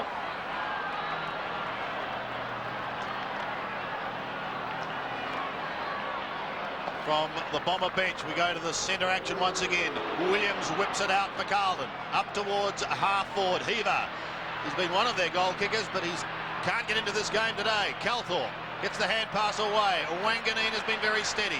Fletcher, from a standing start, goes up towards the half-back line. Salmon takes the mark. Away they go again. Hills, you'll have to be quick.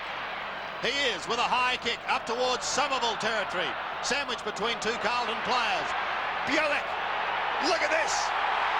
Ho-ho! The Bombers are hot!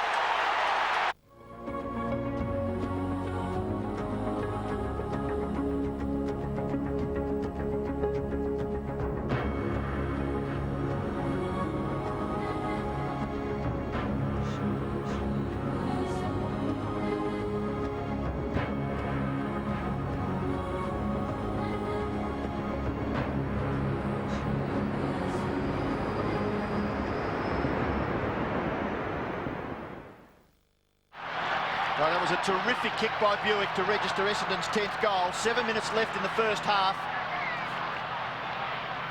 Gleeson couldn't get clear. O'Donnell stumbles but gets his left foot to it and kicks it towards the centre wing. A scuffle on back near the centre circle. Silvani at half-back in trouble. The ball forced over by O'Donnell. He'll take a free kick. Stephen Silvani interfering. Just got him too high, and in the meantime, Tim Watson has been pushed forward into the pocket. Also being picked up again by Michael Sexton. Everything going right for Essendon. O'Donnell's kick into the full forward area. At the back, in trouble, Hogg. After him goes James Hird. He doesn't put too much pressure on because he knew that Hogg could go nowhere except over the boundary line. And we'll have another throw in. It's about 25-30 metres around from the Essendon goal. They lead 10-9 to 3-2. A whitewash so far in the 1993 grand final. Gleeson tries to get it to Hannah. Gleeson held on to by James Hird after he got rid of the ball, and he'll take the free kick. He goes straight across the face of goal. Elvin's kick, smothered off the boot by Long, and that is just absolutely perfect football by Michael Long. In the forward line, the forwards working very hard. Best on the ground from the centre of the ground last week, but such is the versatility of Essendon, he now plays up on the half-forward line. He's in the thick of things once again, so too is Hird. He's crunched over the line. He's been pinged in the meantime for holding it. His opposite, number 5, Mackay, to take it. Gives it across to Hannah. Bounce his way across full-back. Waiting for a few options to open up. He continues to run. He continues to bounce, and Somerville continues to chase. That's a good effort by the big man. Watson! The veteran almost took the mark. Harvey. Pleasant handball to Fletcher. A high kick floating towards the 50-metre line. And the mark taken by Earl Spalding. Spalding has been desperately quiet. He gives it to Gleeson at half-back. Now Madden. Watch this man sprint. He glides towards the centre wing. Christo in front. Christo now up on the wing, taking Hannah's spot. To half forward, Salmon is there. Kernahan tried to use him as a step ladder, and in doing so gave away the free kick. But they've got to try anything at the moment. Started to come back with a couple of quick goals, and how quickly the Bombers snuffed that charge out. Hird's on centre wing. James Hird starting to get into the play in this second term. Kick out in front of Long. Mackay, well done, punches it away. The ball still in the field of play. Grenvold comes down to help out. Handball over the top. Christou, important possession. Handball misses Mackay. In goes Hills. Christou again, handball. Williams, not too happy there or popular with the Essendon fans. Punched away in the finish by the Essendon defence over for a throw-in. 10-9, plays 3-2, and still Carlton struggle to put a score on the board. Essendon were 5-8 at quarter time, so they've kicked 5 goals, 1 in this second quarter, and the Blues have kicked just 2 goals. Brown looks for Williams and gets him. Good tackle by Salmon. Ball spills now for Heaver. Handball ordinary. Puts big Justin Madden under pressure. Heaver's got a chance. He finds some space. He gets past. He's running near the centre of the ground, and he goes into the pocket. Looks for Welsh. Wallace up high. Kicked by Kernahan. It's going to go through. It's bounced through. Nobody knows news like Some people say we reflect Melbourne's style of living. We're more in tune with the way people think. Others say we're more compassionate in our approach to news. A Melbourne boy lost his struggle for life today. Reporting sad news with sensitivity. Good news with a sense of joy. Only 7 Nightly News shares a commitment to keep you informed. And if it means that we have to work a little harder to achieve that goal, then it's something we're determined to do. Nobody knows news like 7. 26 plays, 69. Essendon leads. And Carlton has a free kick out of the middle. Silvani has been moved on to Watson in the back pocket. Michael Sexton, perhaps one of Carlton's few winners, has gone forward. Madden to half forward. Or Gleeson couldn't quite take it. Wallace has a moment. Harvey says, I'm heading for the boundary line and some safety. And Grenbold is quite happy to take it over the line. Gleeson just missed a chance there going through centre half forward. Just couldn't quite collect the football. Well, when things are with you, they're really with you. And they're not usually. It can be magnified. Grenbold. Oh, went 5 metres. That one should have been play on. Maybe he got it for the effort. He's on centre wing. That went out of primary school. Goes up towards the half-forward line for the Bombers. There was a decent old shove. Not very subtle on Tom Albin. Tim Powell off Mark Aythorne. Albin from half-back. Terrible kick. 7 marks on centre wing. Big Paul Salmon. This is his 182nd game. Comes wide once more. Albin in the thick of things. He's another of the game's veterans. This is his 197th game, Tommy Albin. Carlton's weaknesses are really coming back to haunt them. They're looking for another goal kicker up forward. They can't find one. They've relied on both Salmon and Heaver for the majority of their goals all season. And now where they need another one, it's not there to be found, as we see plenty of action on screen. More fisticuffs. Where Carlton is concerned, they've just got to concentrate more on the football. Williams it will be, he'll take it. Only 2 minutes left, Sandy. Yes, and counting down. Up towards the centre of the ground. Sexton was the fly. Gleeson may try and thread his way through. He does so. Well done, Adrian Gleeson, off to Silvani. Forced to use the left foot in search of Kernahan and finds him. Who gives young Dustin Fletcher just a little reminder. But say, hey, up in the forward line, I'm the master. Kernahan has kicked 3 goals. The team has kicked only 4. Ryan Welch has kicked the other. Williams and Denham still having a bit of a chat. Greg Williams has had 16 possessions to date, so he's picking up plenty of the football, but he hasn't had any support runners around or players on the ball that are damaging when he gives them that ball. So at this stage, you say Denham has done a reasonable job. Kernahan, another vital kick inside the last minute of the first half. A long drop punt. This is going to be very close. He's kicked it. Oh, what a great kick. That was the kick of a captain of his team that are in real strife. 5-2. Plays 10-9. Yes, as the emergency umpire comes on to speak to Sean Denham. Not sure he's been the instigator of everything. Stephen Kernahan's performance in the finals has been exemplary. In the qualifying final, he got 6 goals against Essendon. He got 3 in the semi against the Crows, and he's off again today with another 4.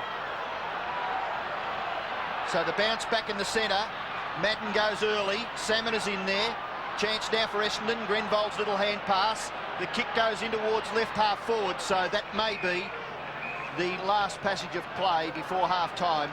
And the Blues getting a couple of badly needed goals in the last few minutes. And O'Donnell's been exceptional out of the centre this quarter. 4 possessions and 4 clearances to 1 player is an enormous figure. Madden tries to take it out of the air, leaves it behind. Williams has got the football, away to Silvani, and there is the siren.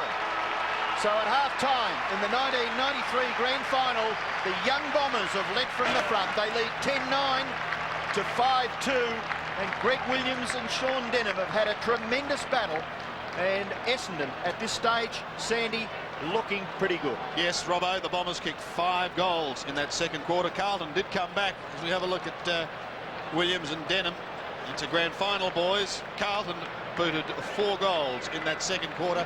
So they came back with a couple of late ones, and it's kept them in the game as Kevin Sheedy crosses the ground to address his baby Bombers, while Steve Kernahan will see if he can do something to lift his charges during the long break. It's half-time here at the MCG. Essendon at 10-9-69.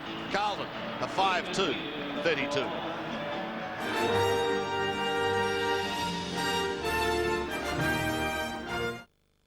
McDonald's Quarter Pounder with cheese is 100% Australian beef, Kraft cheese, Heinz ketchup, McCormick mustard, onions, pickles on a buttercup bun. And when it's served with French fries from Bird's Eye and a Coca-Cola, all for $3.95, it's a Quarter Pounder with cheese extra value meal. $3.95. That's amazing. It's back time. Meet Eddie Sims. He runs a small business. Importing. So, Eddie, what can Telecom do for you? Save me money on international calls, especially Hong Kong. We're taking care of business every day. Taking care of business every way. We're taking care of business. It's all right. Taking care of business and working overtime. They listened. Ring now and save 10% with Telecom's new international flexi plan. Until now, the level of safety in expensive European saloons was beyond the reach of most Australian families. But now there's an Australian car with independent rear suspension, anti-lock braking and airbag, all standard. The all-new Holden Commodore Acclaim. At under $30,000, it puts safety within your reach. The all-new Holden Commodore Acclaim, the safest Australian family car ever. Hang on, this is my race. I've put a bet on at the TAB. Who are you on? It's Jenny. Huh? Oh, Hey, Jen.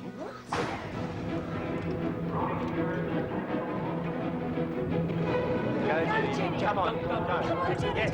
Yes, Jenny. Come on. Come on. Yes, Jenny. Come on. Go. Yes. The TAB. You've got to be in it to win it. While I'm out shopping, would you mind doing the washing? And the ironing? And lunch? This is what we use now instead of margarine. Light Philly is smooth, creamy and has 80% less fat than margarine. And I'll have mine with lettuce and tomato. Your lunch. And don't forget to wash your plate. For a more delicious sandwich, spread your bread with Light Philly instead. 7 Sports Mitsubishi Motors Mark of the Year. Your phone vote could win you a V6 Mitsubishi Magna. Dial a phone number you wish to vote for. Mark 1, Tony Modra, Adelaide. Mark 2, Matthew Phoebe, Tasmania. Mark 3, Chris Waterman, West Coast. Mark 4, Alistair Lynch, Fitzroy. Mark 5, Sean Wren, Adelaide. The winner of the Mark of the Year will also receive a V6 Mitsubishi Magna. You have until 4 p.m. today to register your votes. Sunday on 7, join the screen's greatest action hero. Where am I now? For the ride of your life. And by the time it's over, You'll be lobotomized. the adventure's breathtaking. Hello, I'm Johnny Cat. Fasten your seatbelt. The special effects are staggering. And Schwarzenegger's ticked off. Big Arnie with Basic Instinct Sharon Stone. Nissan presents Total Recall, 8:30 Sunday on 7.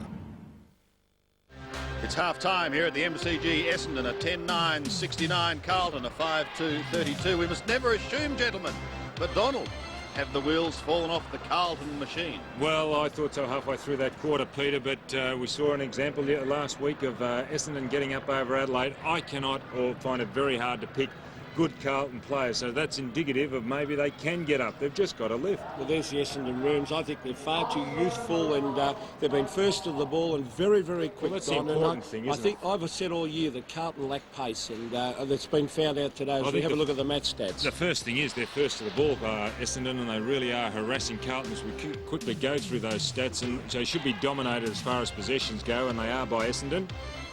Centre breaks also favouring Essendon. Thank you, gentlemen. We shall take a break. More from the MCG shortly.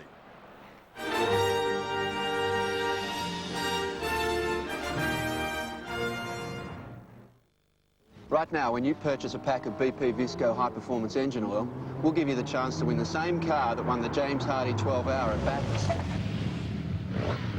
The fantastic twin-turbo Mazda RX-7. But on second thoughts, maybe we should give you the less conspicuous version. Ah, that's better. Win a Mazda RX-7 with BP Visco. Enter now! In this Sunday age, we've put together a grand final team that just can't be beaten. First, grand final participants Tim Watson and Justin Madden published their finals diaries, a day-by-day, kick-by-kick insider's account of their respective finals campaigns. Then there's Lee Matthews. If anyone knows what it takes to win a grand final, it's lethal. And as usual, he won't pull any punches. Plus there's a 4-page, full-colour wraparound and our award-winning sports section. The Bumper Grand Final Edition. Just another reason to look forward to the Sunday age. For Agent Horrigan, some things at the Secret Service have changed. What are you looking at? But some things... I'm planning to kill the president. ...have not. Take the subject out. In the line of fire. Hang on, this is my race. I've put a bet on at the TAB. Who are you on? It's Jenny. Huh? Oh, Hey, Jen.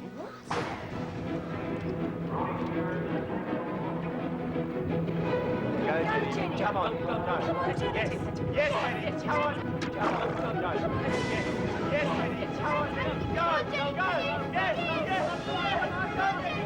The TAB. You've got to be in it to win it.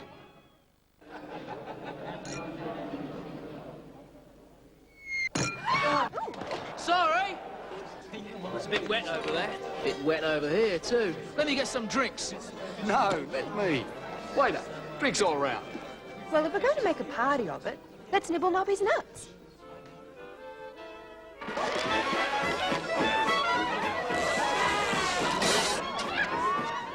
Sorry. 7 Sports Mitsubishi Motors Mark of the Year. Your phone vote could win you a V6 Mitsubishi Magna.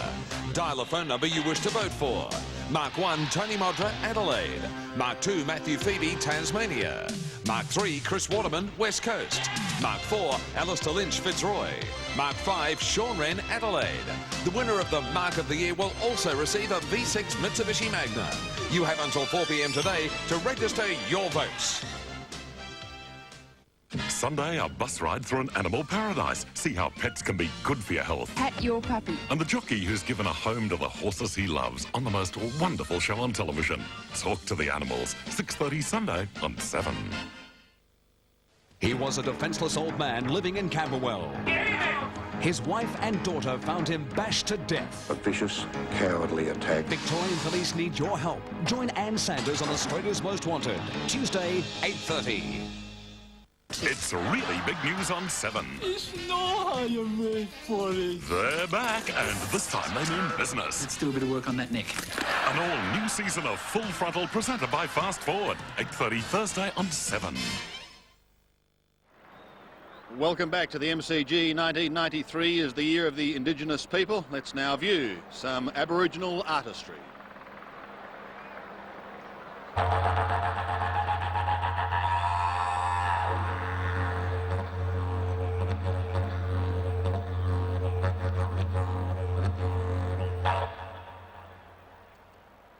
In 1993, we celebrate the International Year of the World's Indigenous People. We, as Australians, have 2 Indigenous cultures as part of our national heritage. Aboriginal and Torres Strait Islander people are descendants of the original inhabitants of Australia. The Federal Department of Employment, Education and Training the Aboriginal and Torres Strait Islander Commission, the Australian Football League, and the elders of the Wurundjeri tribe of Melbourne, who are present today, invite you to celebrate the International Year of the World's Indigenous People, a new partnership.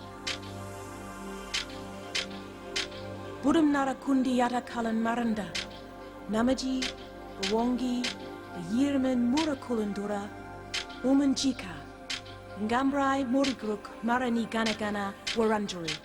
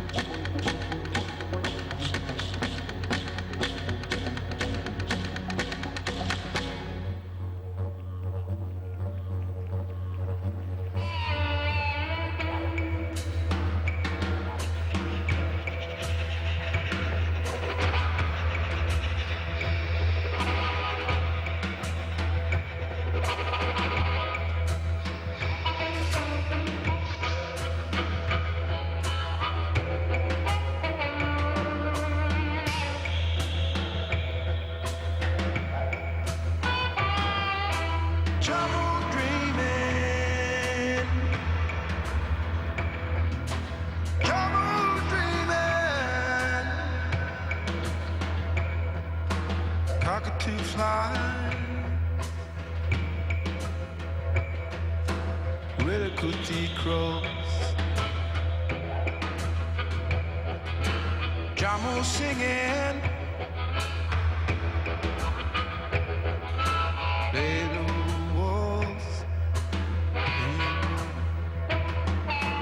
Hey, what you said to me, the words that keep me alive, for I am just learning since I was a child. Trouble dreaming, trouble dreaming, trouble dreaming, my trouble dreaming.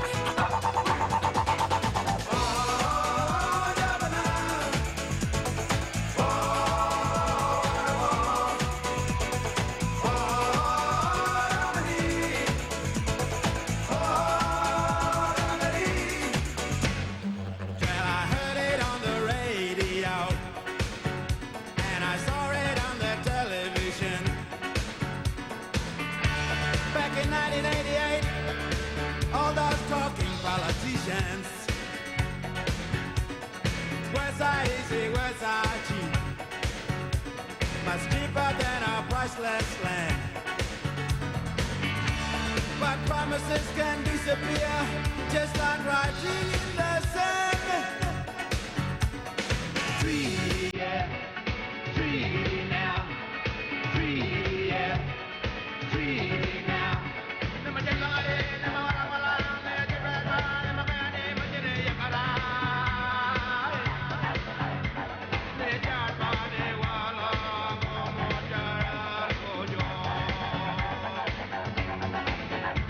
This land was never given up. This land was never bought and sold. The planting of the Union Jack never changed style or at all. Now the rivers run their course, separated for so long. I'm dreaming of a brighter day when the waters will be one. Come on, free, yeah, free now, free, yeah, free now, free, yeah, free now, free, yeah, free now. Come on, free ma, free ma, free ma, free ma. Come on, free ma.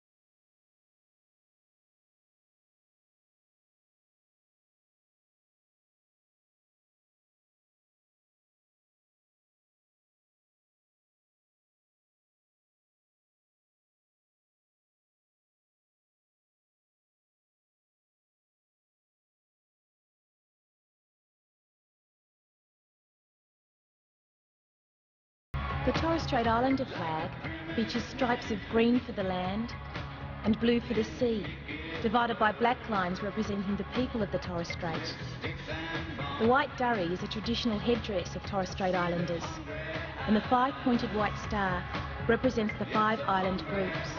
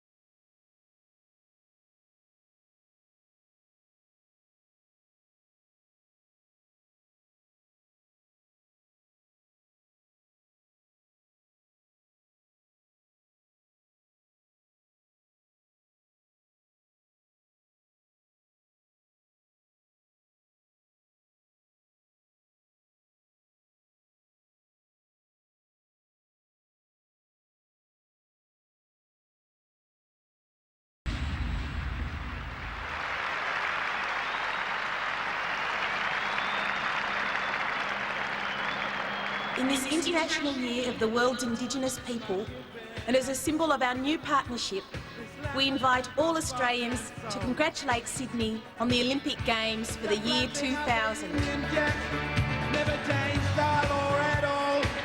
Yes, good luck to Sydney. Archie Roach and Yothel Yindi joining our young people to celebrate being Aboriginal, Torres Strait Islander and being Australian. We'll take a break. It's half time in the 93 Grand Final. The Bombers lead by 37 points.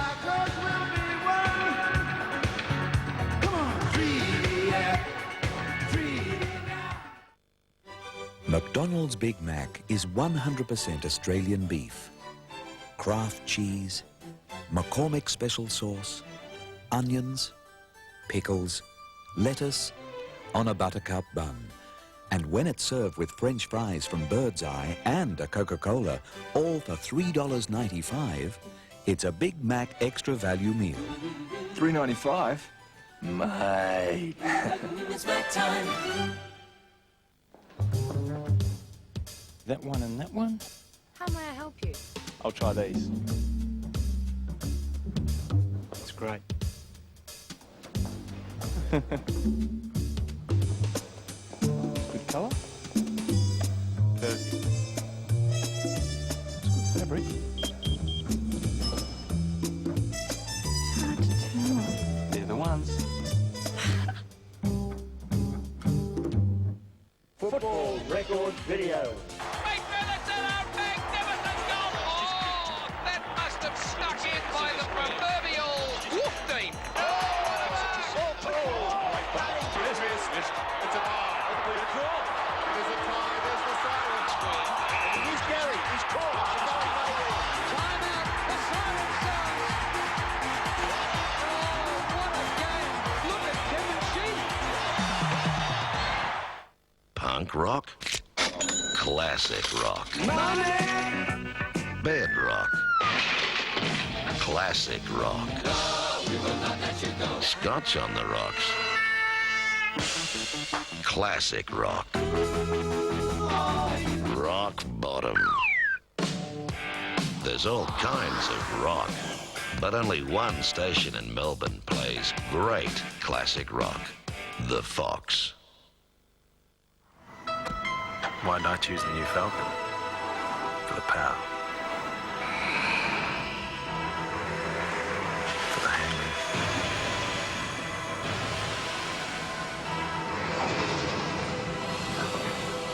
For the feeling of all-round security you only get with a full-size family car. There's another reason.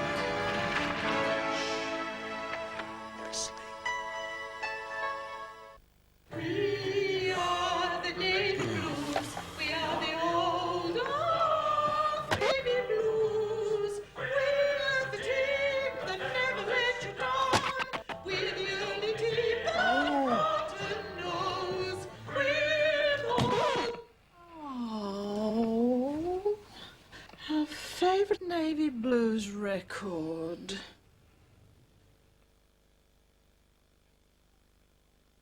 Next week on Real Life, Olympic jobs. This should be a great confidence builder for the country. Can you benefit? The opportunities fully explained. $8 billion of economic benefit, 150,000 jobs. You'll meet our $10,000 homemaker. Goodness me, it's almost like winning the lottery. Now she can stay at home. Especially with a baby coming along. And afford a family. Plus, the tenants from hell, leaving thousands of dollars damage. Real Life, weeknights at 6:30. Welcome back to the MCG. Both sides are out on the ground and down on the boundary line. Bernie Quinlan and Ross Glendinning. Gentlemen, can the Blues come back?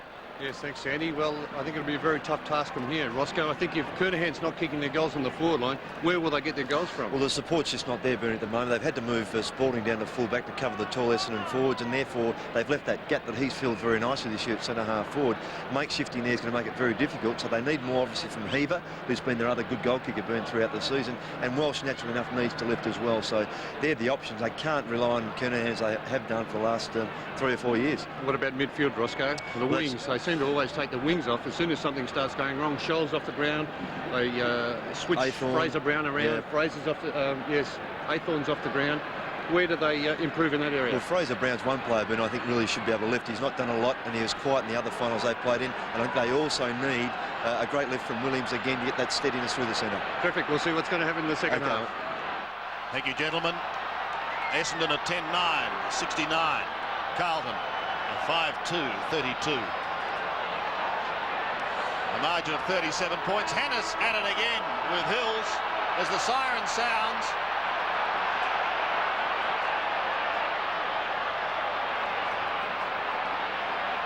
And the second half commences.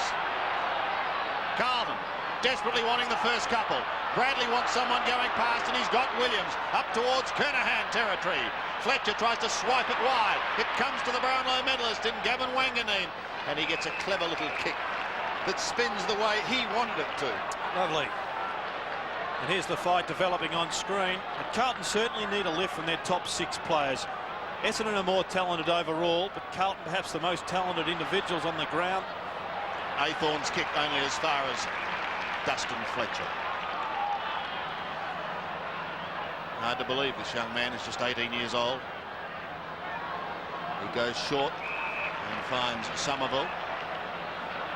Off to Wanganeen. Wants Hurd. Christou is there, however, to offer stiff opposition. Madden also, and it's over the line. Almost down to centre wing. Sorry, Sandy, that's an example of Carlton's play in the first half. Christou got 2 hands onto that, couldn't hang onto the mark, and he probably should have held that. So the boundary throw in on centre wing, chance for Bradley, little hand pass for Hannah, who fumbled. Maybe that's the legacy of the knock he had in the first half. Gleeson, McKay, back to Gleeson, got to handle it cleanly. Can't quite control the football. It's flipped over to centre-half forward where Thompson's got it for Essendon. A quick kick by Bomber Thompson. It's been marked by Madden. Now Carlton desperately need the goal. They've had a few possessions already early in this third quarter. Essendon, can they stand up? That's about. Carlton mark to Welsh. Williams clashing with Welsh. Gleeson in trouble. And the 3 players getting up very, very slowly. Gleeson all right. Williams very slow. And Welsh just stumbling a little bit, isn't he? Might have just copped Williams' head on the thigh there. Or was perhaps his elbow, but Welsh started the quarter at centre-half forward. Kernahan back to full forward. So the Blues restructuring their forward line somewhat. Sexton on the half-forward flank. A vital shot at goal. Must goal. Must goal. And he misses. So disappointing there for the Blues. Rowan Welsh 1-1. Kernahan has kicked 4, and Parkin, McClure, Silvani in the box. Wondering. Up the other end, Spalding still with Paul Salmon. Silvani with Watson out at centre-half forward, and Hurd with Ange Christou.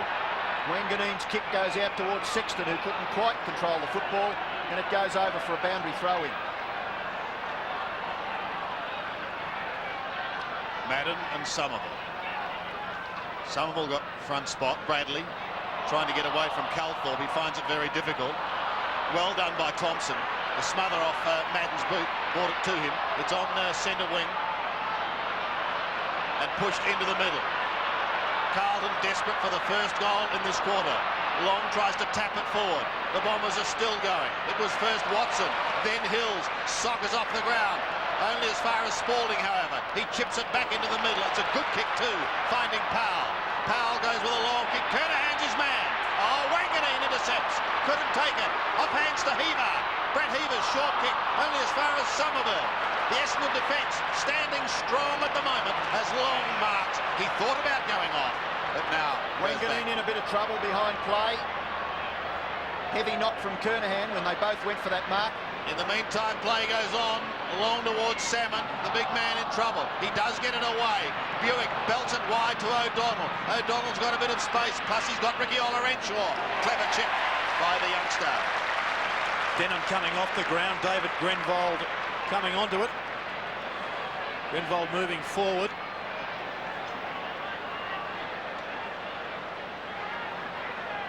Here's that incident involving Gavin Wanganeen. We know he throws his body in helter-skelter. No survival instincts whatsoever. Long has been moved on to Greg Williams in the centre of the ground. So Sheedy throwing all his guns at the Carlton side right at the moment, trying to break this game apart. Paul Salmon Kicked 2 in the first quarter. He's kicking from 49 metres. Well, his kicking has been superb.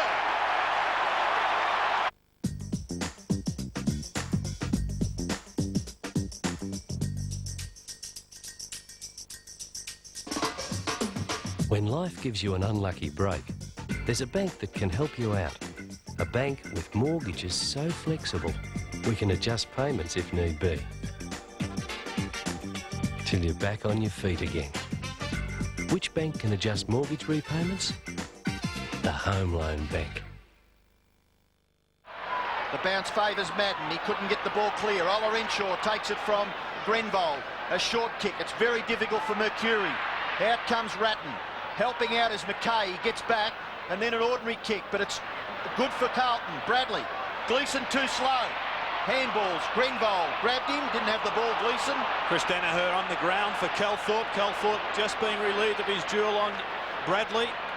Almost the exact tactics as Sheedy used in the qualifying final. Gleeson's kick to centre-half forward. Marking contest. Kernahan. 2 grabs at it. And he brings it to the ground. Well, if the Blues get out of trouble here, they can thank this man, Stephen Kernahan. He's kicked 4 out of their 5. It could be 5 out of 6 after this kick. It's terrific mark under severe pressure there.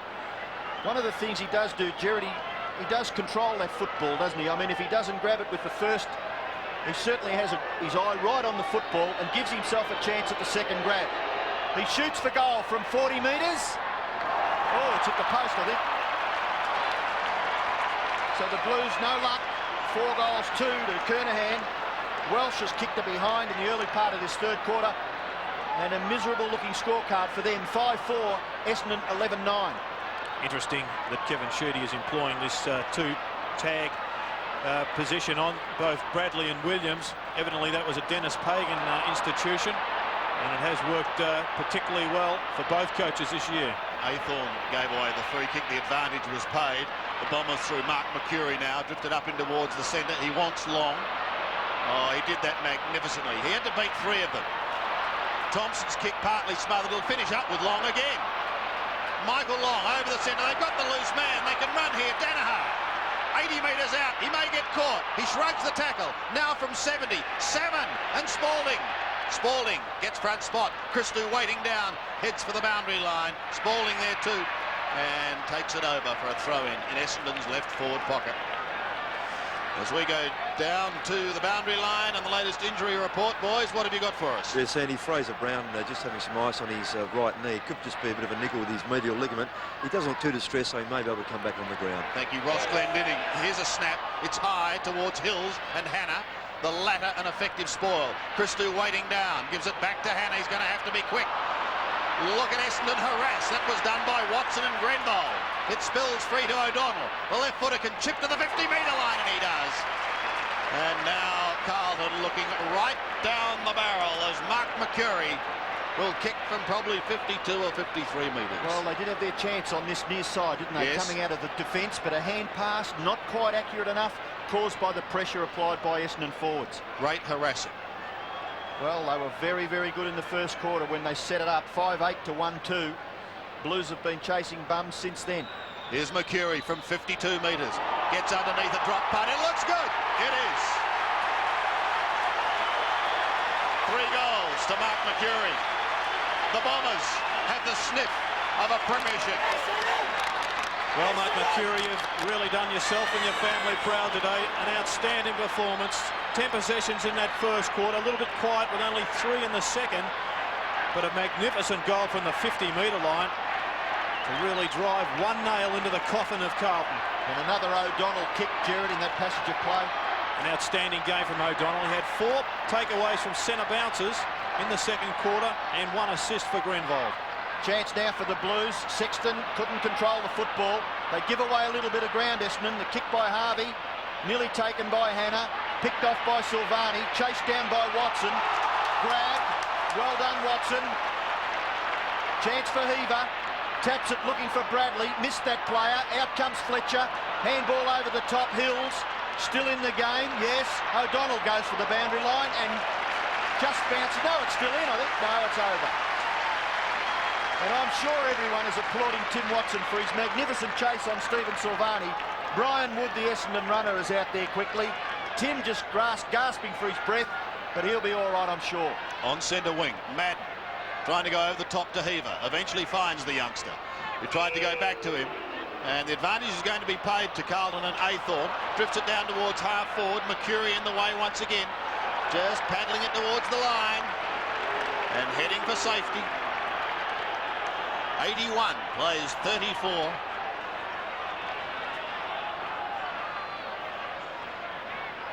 Kernahan front spot. Bradley and Athorn both there.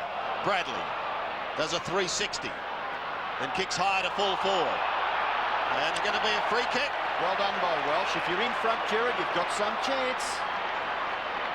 So Rowan Welsh will have the chance to kick his second. He booted one in the second quarter.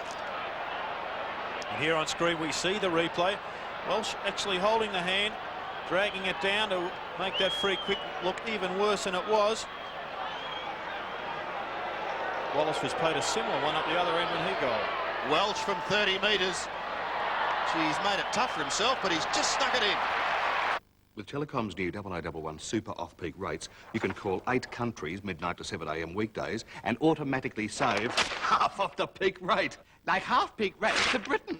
Like half-peak rate to America. Half-peak rate to New Zealand, aye. Half-peak rate to Japan. Italy. Hong Kong. To Ireland. Singapore. Telecom's 0011 super off-peak. Half of the peak rate, midnight to 7 a.m. weekdays. This is Australia calling. Well, each time the Blues have kicked a goal, Essendon have been able to come back. 12-9 plays 6-4. Essendon swinging a change back in that last line of defence. O'Donnell gets them forward again. It bounces free out at right half forward. Leading is Hills. Handball over the top. Looking here for Hurd.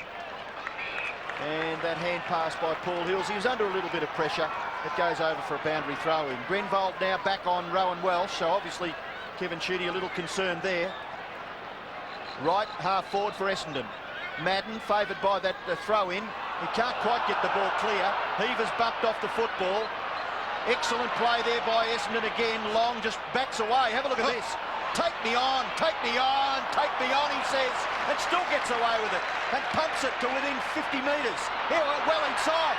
Away goes Chris Danaher. Have a look at it. Brilliant football, Danaher.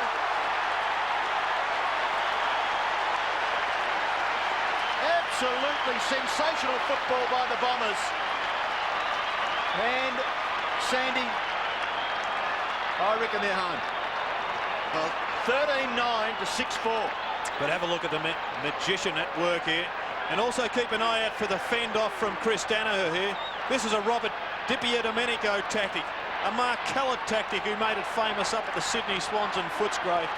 And it resulted in a great goal to Chris Danaher. Suddenly the Bomber chant becomes a little louder. From the middle, Madden tries to get it out, so too does Bradley. In fact, he does eventually. He has a bounce. He's still on centre wing. Gets clear. A high kick up towards half forward. Kernahan and Fletcher. Thompson now and Wanganeen. Wanganeen again with that clever little chip kick towards Joe Masiti. And Adrian Gleeson is. He keeps it in the area, but it is out of bounds. Masiti's been good again today, playing out of a back pocket. Thought he may have been a little bit slow there and perhaps exposed, but very good with his hands and feet. Just on 14 minutes remaining in this third quarter. Heaver looks for the free kick. He did get a push, and he will take it.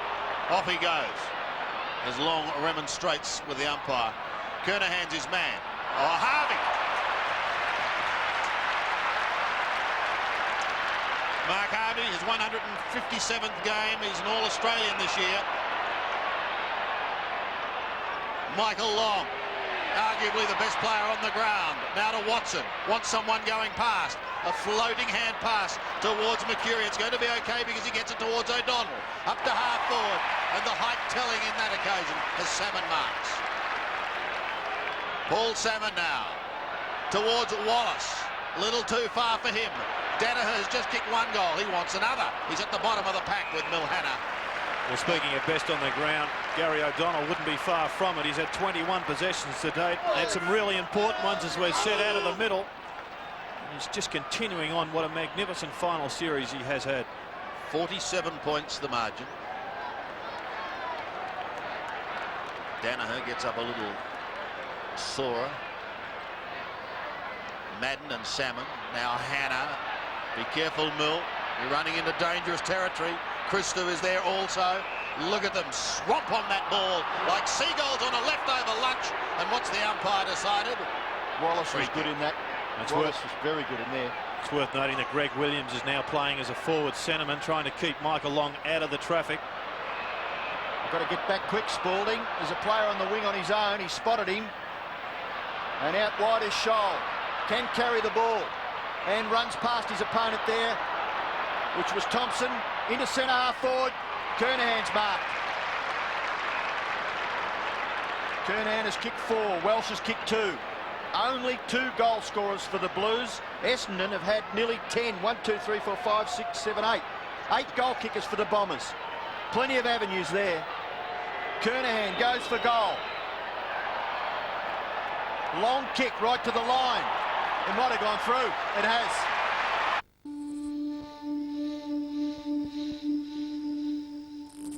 How can we get to Nakuru? There'll be a group headed there in about 10 minutes.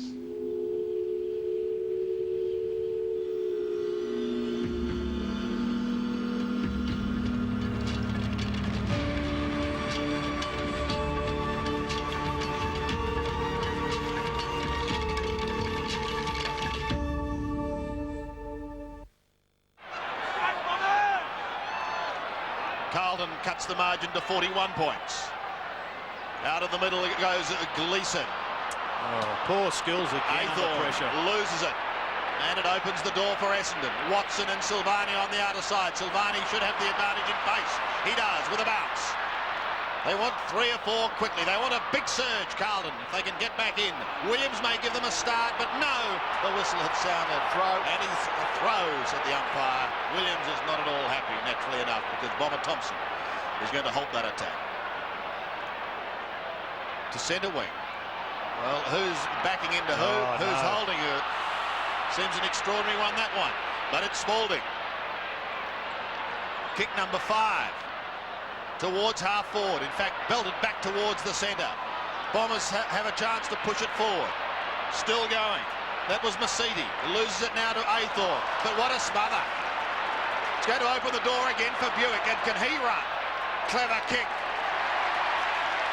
Showing great composure, James Hird. We'll go back and have a shot. 48 metres out. Now, someone just copped one to Chris Danaher. And Buick's quickly over to Kernahan, suggesting that perhaps he did something a little untoward. But Danaher's up and he's okay. Mark Athorn coming off the ground. His disposals in the last couple of minutes have been fairly ordinary. Let's have a look at the disposal of Hird. Goes across the face of goal. Scholl, free kick, comes over the pack. In the meantime, yes, Robbo, you're right. Free kick has been picked up. Tom Elvin back on the ground for Carlton, but those turnovers caused by poor errors from Carlton, in particular Mark Athorn, have been costly once again early in this quarter. 1 handball and 1 left foot kick. Yeah, the handball out of the centre, wasn't it? He got 2 out of 10 in my book for both of them. Here's Scholl. Hand pass, Williams. Bradley in trouble. Long puts some good pressure on. And have a look and see what happens. The man then is forced to kick quickly. And that's been the story of the afternoon for Carlton. Out of bounds on the full. Free kick out there to be taken by Mercuri, who's been excellent. He's kicked 3 goals and had 17 possessions. But it's very difficult. If you pick one out, I think you've got to pick about 6 out for the Bombers. They've had some very, very good players. There's an excellent pass. Good lead by Chris Danaher. He wants to get into the action. He's going to take a paycheck and he wants to earn it. Chris Danaher in towards the forward pocket. No mark taken. Back there is Hogg. He fumbles. Underneath all that is James Hird. And on centre wing, Carlton are trying to manufacture a change to get Elvin onto Michael Long. And you'll see 4 players on screen on the centre wing. Greg Williams and Hills, Hannah and Long. Christou towards the boundary line. still in play. Gleeson rides the bump. Now it's over. Time ticking away in this vital third quarter. Under 9 minutes remaining.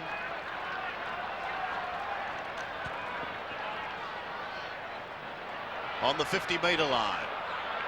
This is for Essendon. Dana could have almost held it too long. It's kicked long. Look at this kick. Oh, don't tell me the big man's done it. No. Touched off the boot by Paul Seven, who was looking for his fourth. Was touched on the line by Earl Spalding. Goal umpire indicating there. Thank you, Robbo. So behind, the crowd, the Essendon crowd lifted, but then were forced to take their seats once more. Mercedes. Hills, 55 out, now 50, and he sprays it. Why would Earl Spalding coming out of defence after taking a short kick from Silvani, kick it straight to a nest of Essendon players? You've got to take a risk and carry the ball down the ground a bit further. Watson coming back off the ground. Young Calthorpe going on, a player that was tried to be recruited by the Major League Baseball teams in America, but he turned his back on those overtures and perhaps is going to find himself as a premiership player in Australia's Premier Football League. I wouldn't mind being in his jumper, Jared. It'd be magnificent, wouldn't it? 42 points in front, halfway through, more than halfway through the third quarter. Carlton taking lots of risks. Spalding, they've got a player loose now, Elvin. He can carry the football. McKay has made good position. Elvin goes down to the wing and the mark is taken by Powell. 7.5 minutes left in the third quarter.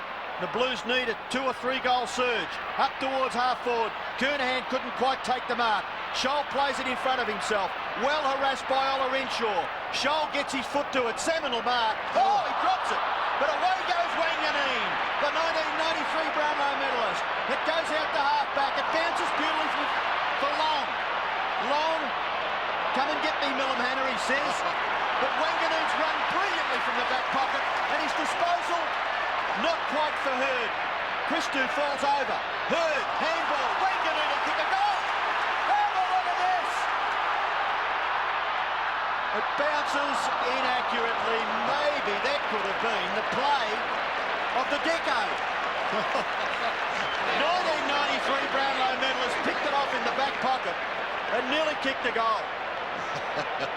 Spalding, he's off from the back pocket. That's a big play. Now at half back. But it was just something special, wasn't it, to watch? And it deserved a goal. Well, it is the year of the Indigenous people, but I'm not sure about the decade. Williams couldn't take it. Now Heaver towards full forward. Welch is there, couldn't take it. Thompson to tidy up to Fletcher. Too easy for the Bomber defence. Joe Mercedes, the 18-year-old across half-back. Goes down towards centre wing. Wallace takes the mark. Under 6 minutes left. Salmon, he holds it. Just playing like a finely tuned engine at the moment, Essendon. Bringing the ball out of defence into attack, pinpointing their passes. McKay over the top, an effective spoil.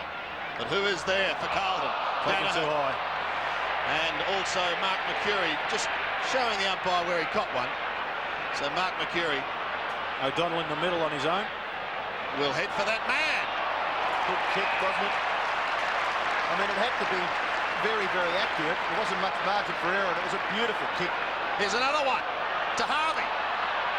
Oh.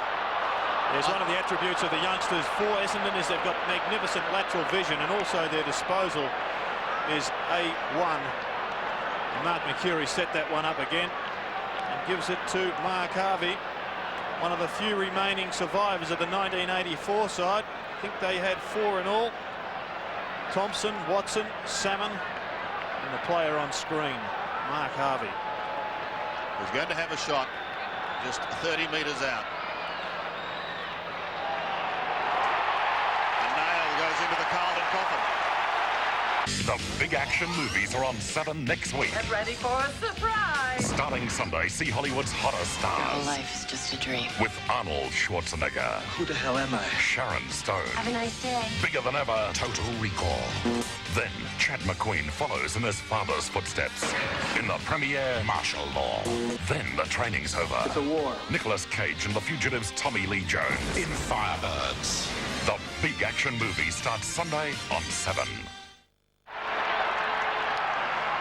Essendon continue to play without a centre-half forward. We may be able to pick up Milan Hanna, that's just trying to block up that hole there at centre-half back for Carlton. There he is on screen. But it has left a gap on the wings, and we've seen McCurry at times and also Ola Renshaw dominate that position. Salmon gets the ball. He went for the ruck contest and then took it out of the centre square. Punched away by Christou. Hanna in trouble. Ratton takes a bit of a punt. Away to McKay. McKay's kick into the centre. Mark taken by Alvin. He plays on quickly. Blindly kicks in towards full forward. Out comes Welsh. Back goes Wanganeen and gives away a behind to Carlton. And I don't think Gavin Wanganeen would be too worried about that. He could give away another 40 and they'd still be in front. Well, he was a little loose in the qualifying final when Heaver kicked 4 goals on him. But has played a much more disciplined game today. And also mixed it up with the attack that we know he's famous for. And another very accurate short pass there by Fletcher finds Calthorpe. He heads towards centre wing. Oh, they're playing inspired football at the moment. Harvey, who's just kicked his first goal. Michael Long, what a performance this man is giving us today. He's toying with them. Still going. Gets the hand pass away. Off to Danaher. Danaher tries to set something up for Hills. Hills thought about the kick, then went back again. Wallace back to Long. Michael Long, the left foot pass. Centering kick. No mark taken. Waiting down in front is Hogg. Off to Madden. He's caught. Back to Hogg. Was it a hand pass? He's given the benefit of the doubt. Harvey comes over the top to try and spoil. They pounce upon him as the ball spills free towards Bradley. Desperately, he tries to get through. He does. To the running Albin. Albin off to Kernahan. Kernahan. Don't tell me he's going to kick another one. Here's their sole man up forward. 6 to Sticks. 14-11 plays 8-5. And well done to Matthew Hogg down in defence for Carlton. He's been one of Carlton's few winners on the day. It's kept Darren Buick relatively quiet. Buick only getting the 1 goal to date from 7 possessions. He was the one that started that, got the turnover, and resulted in a Kernahan goal, who elected to go himself and not handball to Tim Powell. 3 minutes left in the third quarter, and the difference 42 points in favour of the Bombers. The bounce, Salmon gets it away. Through comes Scholl. He can't control it. Yes, he can. He gets it to Alvin. The Blues surge forward. Kernahan's got it again.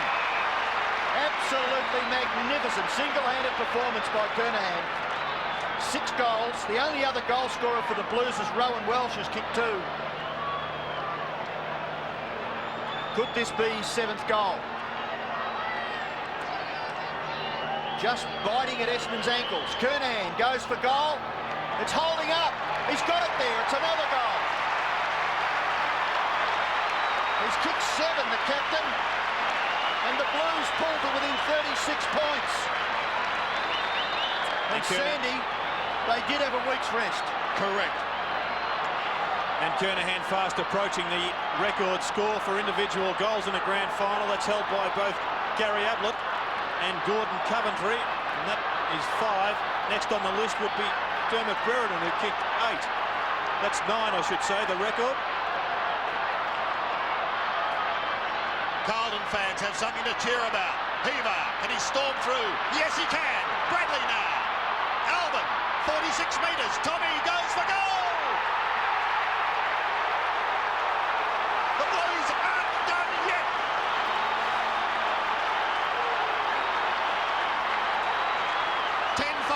Plays 14-11.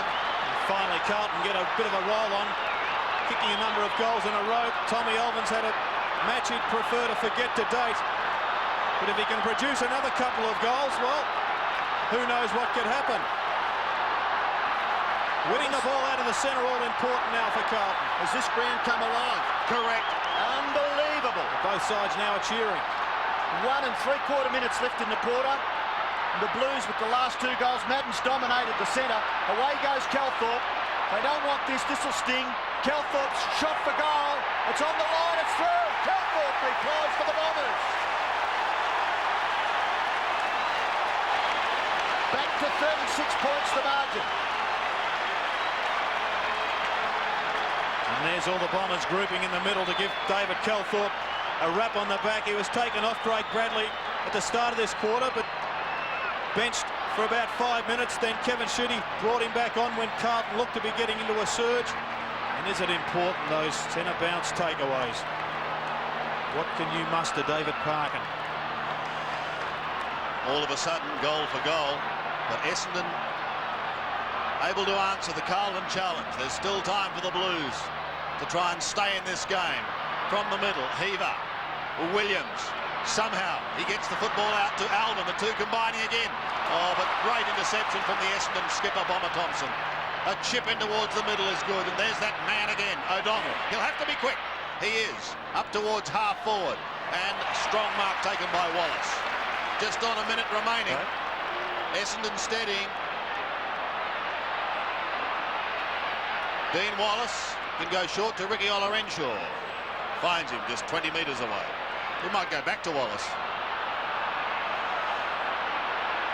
Well, that's saved probably 20 seconds. At very little distance. Is he going to go back to Olorenshaw again? He's thinking about it.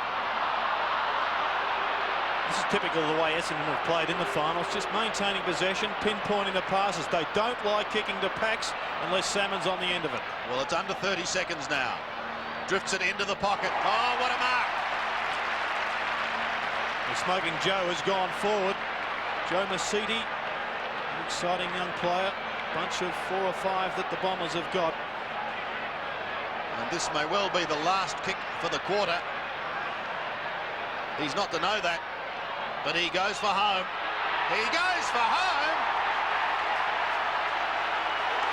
And what a way to go. Catch us, say the Bombers. It's 3/4 time in the 93 Grand Final. It's set up for Essendon. It's there if they want it. 16-11, 107 to Carlton, 10-5, 65.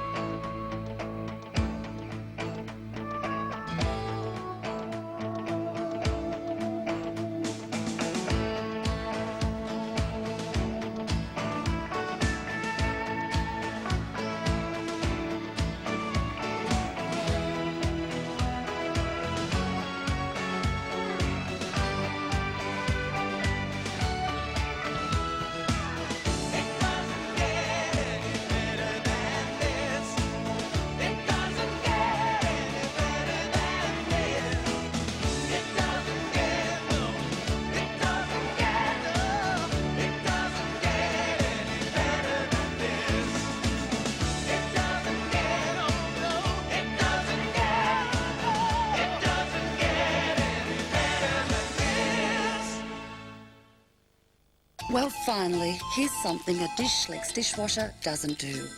It doesn't use any more water than washing up by hand 3 times a day. Well, sorry, I can't do everything, you know.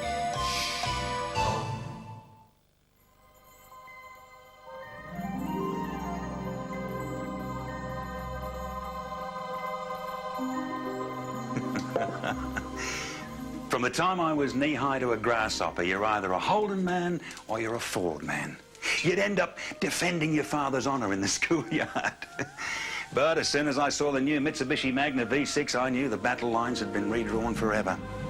The road feel, the refinement, the build quality, plus the extra power of a V6, well, it all made the choice pretty clear to me.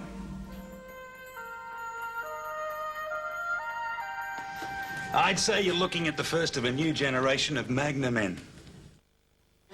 McDonald's McFeast is 100% Australian beef, craft cheese, Heinz ketchup, McCormick mustard, onions, lettuce, tomatoes, pickles on a buttercup bun. And when it's served with French fries from Birdseye and a Coca-Cola, all for $3.95, it's a McFeast extra value meal. $3.95? That's incredible.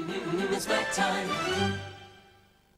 For Agent Horrigan, some things at the Secret Service have changed. What are you looking at? But some things... I'm planning to kill the president. ...have not. Take the subject out. In the line of fire.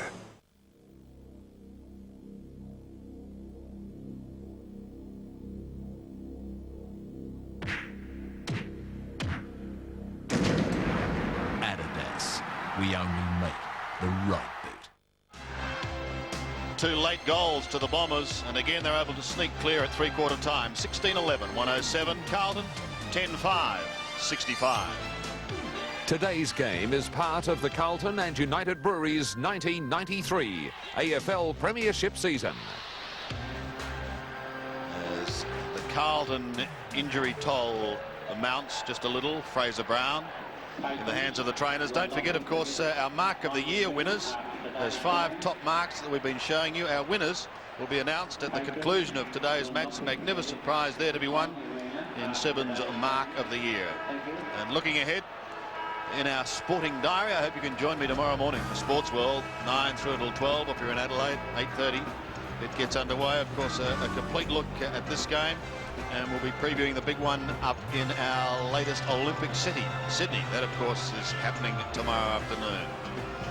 And as far as tennis is concerned, the Davis Cup is on at the moment, but looking a little further ahead to October 8 through till 10, the Australian Indoor Tennis Championships. That's coming to you from Sydney also, wherever you may be viewing.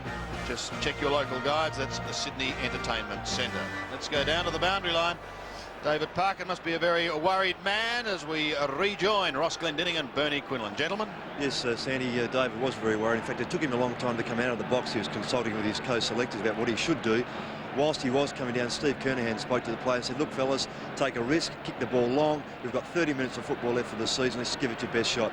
Bern? Yeah, Roscoe, just a quiet determination amongst the Bomber camp. Mark Harvey was having both calves massaged by the trainers, and just walking around Kevin Sheedy, speaking to him quietly. I think he's very confident of bringing home the bacon in this last quarter. Thank you, gentlemen. Let's have a look at our stats track and have a look at a man who's performed so well, Gary O'Donnell. Yes, O'Donnell has been magnificent. My best on the ground at the present time. 7 possessions the first quarter, 9 in the second, and 7 in the third quarter, as you can see on screen, getting them through the middle of the ground. And quite a sensational performance. And Craig Bradley has been one of Carlton's better players. They haven't had too many. Kernahan with 7 goals, but Bradley, he's had 20 possessions, but he really does try very, very hard to open the game up. As on the other side, Michael Long has been quite brilliant for Essendon. Craig Bradley is Carlton's best option to carry the ball down the forward line. And there's the match stats for your edification. Centre breaks have just about evened up. Look at the marks. Quite an extraordinary advantage for Essendon. If you're wondering where that word comes from, it comes from the Aboriginal word namaki, which means to catch. So here we go. We've got 1 quarter of football left. Is it going to be a triumphant one for the Bombers or Carlton? Essendon are in the box seat. Out of the middle, Gleeson gets the first kick of the quarter. Down towards the half-forward line. Big Dustin Fletcher leads in the race for the ball. Kernahan applies a strong tackle. Not before Fletcher gets a kick away. And a throw-in to take place. Nothing in that. Kernahan just patting Mark Thompson on the head. Yes. Probably saying we've got a bit of catching up to do, Bomber. Captain to captain. Madden, but straight to Long. Oh, clever hand pass to Calthorpe. He'll go back to Long. He's running with him. Now he's clear. 80 metres out. 70 and closing. Up towards full forward. And the mark taken at the back. Salmon will have a shot. This could really hurt Carlton. Harvey having a bit of a jostle behind with Gleeson. If there's any doubt, one would suggest he asks them to have a look at the scoreboard. Well, not a great deal on that. Gleeson just letting go with the errant hand. Grazed Mark Harvey's face. I think Mark Harvey, there's Rhys Jones on the screen, a Carlton and Swans champion, premiership player for Carlton, and a Norm Smith medalist. Salmon. This for number 4. 40 metres out. He's kicked well all day. That's no exception.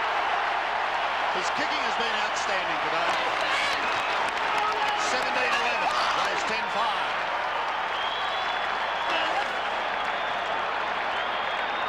There's 4 goals once again to Paul Salmon. That makes 4 goals in each of the finals he's played in this season.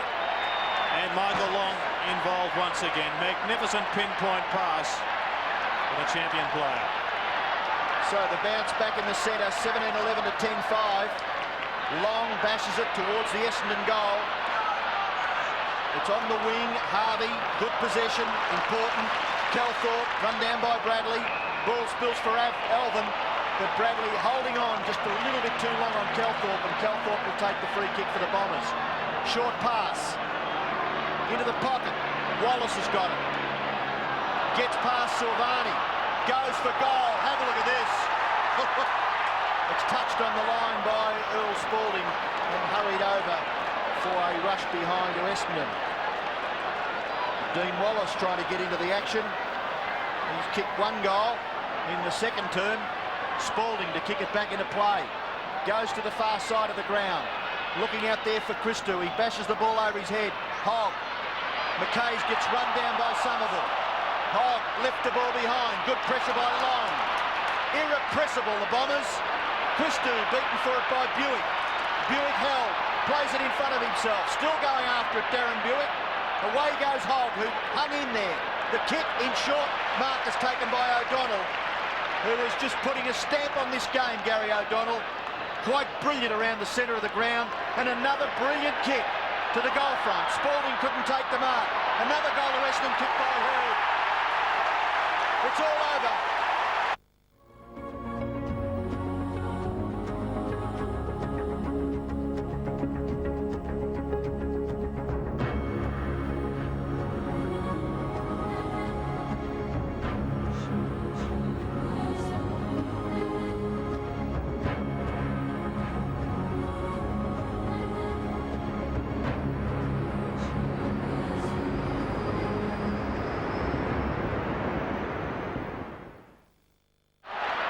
Somerville belts it out of the centre. 65 plays 120. This is becoming a trouncing.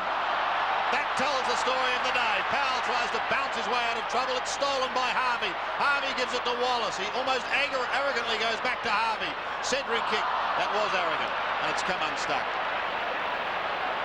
Silvani marks on halfback. Goes up towards the wing. Drops short, however. Thompson is there. Quite achievement today, Bomber Thompson. Took Fraser Brown apart early. It's been quite magnificent. Michael Long is on centre wing. What a game he's had. Up towards the 50-metre line. Essendon playing in front and doing it well as Mark Mercury, who's booted 3 goals, maybe too far out this time. Kicking from 55. Waiting for something to happen. Going to drop short. Not a good kick. Under mark. Taken by McKay, who goes back towards Williams. Strong in front. But it hasn't been Diesel's day. Looks towards Kernahan. Fletcher is right there with him. And eventually it's over the line once more with Bomber Thompson. What an act of faith it is by Kevin Sheedy to leave Dustin Fletcher on Stephen Kernahan. Kernahan's kicked 7 goals, but he's been very good, Dustin Fletcher, just hanging in there. Certainly has. In fact, Thompson was given a free kick after being pushed over the boundary line, Robbo. It's at the moment with Christou. Christou at half back for the Blues. Kicks it to half forward. Looking for Madden. It's punched away. Bradley gathers. He's in trouble. In all sorts of trouble. Looking for a couple of options that weren't there. Powell in trouble. Kicks across his shoulder. No good. There was a play on his own shoulder. But the players with the football, Bradley and then Powell, were under lots of pressure. Thompson marks and gets it away to Paul Hills. Hills, sneaky little hand pass for Calthorpe. He gets past Bradley. He's got plenty of legs left in him, David Calthorpe, and he creates around the centre of the ground. He gives it to Buick. Buick loves to run with the football. Have a look at this. Carry down the ground. And then lets himself down. Earl Spalding, clean bowl. At full-back. Gives the hand pass back to Welsh. Welsh goes wide. Out towards the wing. Scholl couldn't take the mark. O'Donnell gets the ball to Ola Renshaw. Back it comes to Mercury. Mercury in short. Well done. Good little kick for Salmon. And he's marked about 40 metres from goal. Salmon with 4 goals. Mercury has kicked 3. We'll have another look at this little kick by Mark Mercury. Well, he's an exciting talent. Very rarely waste a possession. Official attendance, gentlemen, today, 96,862. Well, it's been the young Bombers, as Gerard mentioned, mixed with a few experienced players. And they've got plenty to look forward to. They've absolutely slaughtered Carlton today, 18-12 to 10-5. And Carlton with just 2 goal scorers. Kernahan with 3 now. Tommy Alvin kicked 1 and Welsh has kicked 3. Good kick by Salmon. He's kicked his 5th. I think I can. You do the training. I think I can. I know I can. Lay the groundwork. I know I can. And when the time comes, you can achieve your goals.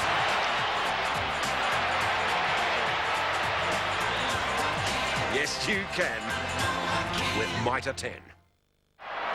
65, plays 126. Scholl tries to sneak out of the middle for Carlton. Goes with a long left footer up towards Kernahan. Back over the top. Here's Wanganeen. Off to Grenvold. Too easy now for the Bombers. This well-oiled machine has produced a magnificent final series. And after 4 games, they're still running. CARLTON gets the hand pass away. O'Donnell caught one high, and he's going to take it. Almost down to centre-half forward. Yes, and perhaps Watson coming back onto the ground for his, maybe the last time we see him playing football. Here's O'Donnell. Up to full forward. It's got to be a mark, doesn't it? Well, the umpire, I think, is going to say, I'll have it. Well, he put himself in front beautifully, Salmon, and in a passage of 3 players. Must have been a couple get their hands on it together simultaneously. Well, he's the man in front. Man in front, I think you're right, Robert. Looked like a mark, but it's not been paid. We've got a bounce instead. Salmon with the one hand. Oh, it was very, very close. Watson's in trouble. He's ripped off the ball. O'Donnell has a snap. There's going to be a free kick against Tim for throwing the ball. Incorrect disposal. But what a way to finish a career, if in fact he doesn't go on next year. Well, he is part of what has been a wonderful year for the Bombers. They won the Foster's Cup. Wanganeen won the Michael Tuck medal in that game. They finished on top of the ladder after the home and away. Tim Watson has been the father of the year. They've got the All-Australian coach in Kevin Sheedy. They've got the Brownlow medalist in Gavin Wanganeen. All they want now is the flag and the Norm Smith medalist. They've got one of them. As Silvani marks, the question is, who will be the Norm Smith medalist? Don't want to put any pressure on my co-commentator Ian Robertson, but he is one of the selectors. Silvani from 40 metres. And that tells the story of the day for the Blues. His first score of the day, he spent most of the time at the other end of the ground. 1 point only. As Fletcher marks in the back pocket. His kick goes out towards the half-back area, but the mark has been taken out there by Hogg. He transfers play back near the centre where Hannah takes the mark and kicks it back to within goal-scoring distance for the Blues. Williams is caught, somehow got some space and kicked it behind. Well, Greg Williams has copped some shy-acking from the Essendon fans this afternoon, but he's tried very hard. I think he's lowered his colours to just superior pace all over the ground for Essendon. Kicked by Grenvold, awkward, looked for long. Aythorn 1 against 3, and that's been the story of the day. The Bombers have had players backing everyone up all over the ground, Somerville. Short kick, and O'Donnell gets another possession. That's his 26th, the handball over the top to Thompson. 15 and a half minutes left. Thompson's kick falls in short, the mark taken by Sexton. Sadly for the Blues, I would say, Robbo, this would be a one-off chance at their grand final. With so many players on the wrong side of 28, it's difficult to imagine them perhaps being the premiers next year. O'Donnell again. What a game. To half forward. The sun affecting a couple of players on that occasion. Welsh takes the mark. Off to Sexton on half back. Drifting it over the middle. It's a high floating kick. Williams had to beat a couple. Look at Long. Oh, that is just magic. Pure magic from Michael Long. To the 50-metre line. Fisted clear towards Shaw. Through he charges, but he needs help. He eventually gets it, but it's wide towards Ratton. A short little chip finds Alvin. Tom Alvin kicks towards centre wing. Madden is there. Couldn't take it in opposition to Somerville. McKay still going strong. He's on 50 metres. Kicks in towards the forward zone. Over Gleeson's head it goes, and it wobbles its way over the boundary line in Carlton's left forward pocket. They've only kicked 2 points so far in this last quarter, the Blues, and the Bombers have added 3 goals, 1. Boundary thrown in the left forward pocket for Carlton. The Essendon cheers coming now. They can sense that their team is going to be premiers for 1993. Bradley will kick a belated goal across his body. Well done, Craig Bradley. Why do I put my crystal and my crusties in the dish licks at the same time without rinsing anything? Because they come out really clean.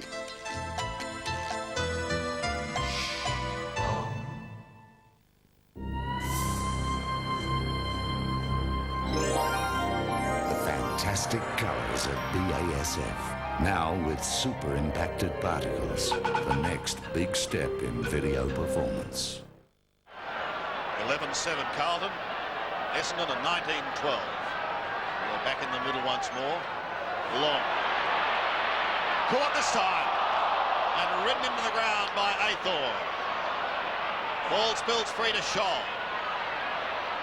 In trouble, shrugs the tackle. Kicks it high over the middle. Kernahan on the chest. He's got Silvani one out down in the forward line. He's got to get it down there as quickly as he can. It's a floating kick and it goes the wrong way. And Wallace is quite happy to see it over the line for one behind. Well, to the winner go all the accolades. And what about the performance of Kevin Sheedy this year? It's been absolutely magnificent. He's coached the Bombers since 1981 after an illustrious playing career with Richmond. He's coached them to 2-day flags. It'll be now 3. And also 5 pre-season flags. Long again. Off to Thompson. Ola Renshaw in the middle. They continue to run after a hectic campaign in September. It was Carlton who had the week's rest, but you wouldn't know it looking at this Bomber machine at present. Shaw. A high kick over the middle once more. Kernahan was his target. Fletcher's hand pass is high. Danaher tried to tap it on, taken by Athorn, off to Williams, and now Madden. Harry Madden's floater. Oh! Buick was the flyer, but that was all. Couldn't hold the football. Salmon coming up into the ruck. Somerville down at full forward. And Buick also up, trying to grab himself a possession. It's been a little bit quiet today. It hasn't had to be the match winner because they've had so many of them around the ground, Essendon. Well, Carlton a chance to put a little bit of respectability on the scoreboard. Into the right forward pocket by Athorn was another ordinary mongrel punt kick by Mark Athorn, and it goes over for a boundary throw-in. Essendon brilliant, 19-12, 126. Carlton left lamenting, 11-8-74 boundary throw-in. Right forward pocket for the Blues. Kernahan has kicked 7 goals. He's got the football. Can't quite get an effective kick to it. Buick may let it roll through. No, Silvani striving. Alvin, a chance. Ordinary kick. Slews off the side of his boot. Wanganeen will run all the way with this. Hobb doing the chasing. Wanganeen, one of the most confident and competent young players in the game. And his kick will find touch, yes. Another brilliant passage of play by one of the superstars of the game, Gavin Wanganeen. And the Bomber fans are pretty happy with that. Centre wing boundary throw-in. Madden. up against Mercedes. Ball spills for Athorn. Handball. McKay bombs away. Centre half forward. Kernahan's got it again. Well, it sounds a bit repetitive, but gee whiz, Stephen Kernahan has just been quite magnificent for Carlton. Reminds me, Robbo, Dermot Brereton's performance in a losing Hawthorn side, ironically, against Essendon. Yes, Sandy. And I think everybody looking at this game thought that that was Carlton's biggest problem, that they really only had one regular goal scorer, Kernahan, and he goes for his 8th goal. It's a good kick, just fades away through for his 4th behind. Well, I guess their only other possible one, Brent Hoover, has been a little bit quiet as we have a look at the enormity of the Great Southern Stand. Absolutely chock-a-block. Capacity of around 50,000 and not a spare seat in the house. Grenvold, yes, as we said, almost 97,000 fans in attendance today. Ola Renshaw gave away a free kick. You'll have to stop, Ricky. Wasn't he magnificent in the first quarter? Set up this victory for Essendon. It's been a wonderful team performance. Scholl up to half forward. Socket clear towards Buick, who in turn has another one. Now he's opened it up a bit for Harvey. Long making position. Harvey has a bounce just to wait for Long. For him to run down. Hannah's giving chase. This will be interesting. Oh, it's clever the way he tapped it back. Picked up the free kick. It's just fantastic to watch.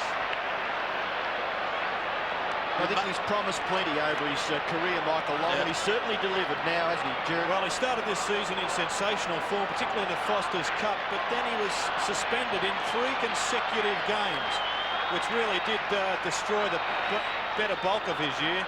But come the finals, he has almost been the star of the final series. And who can forget his unbelievable burst out of the centre against the Crows last week to turn around what was a 42-point deficit at half-time for a memorable victory. And put the Bombers into the grand final. Throw in again. Madden locks arms. Oh, it was going to be a free kick to Essendon. The advantage is paid. Harvey for goal. One behind. Just over 9 minutes remaining. 9 minutes before the celebrations begin at Windy Hill. Around the world for Essendon supporters. Spalding. It's the hand pass away. Sexton from the back pocket. Goes up towards the centre wing.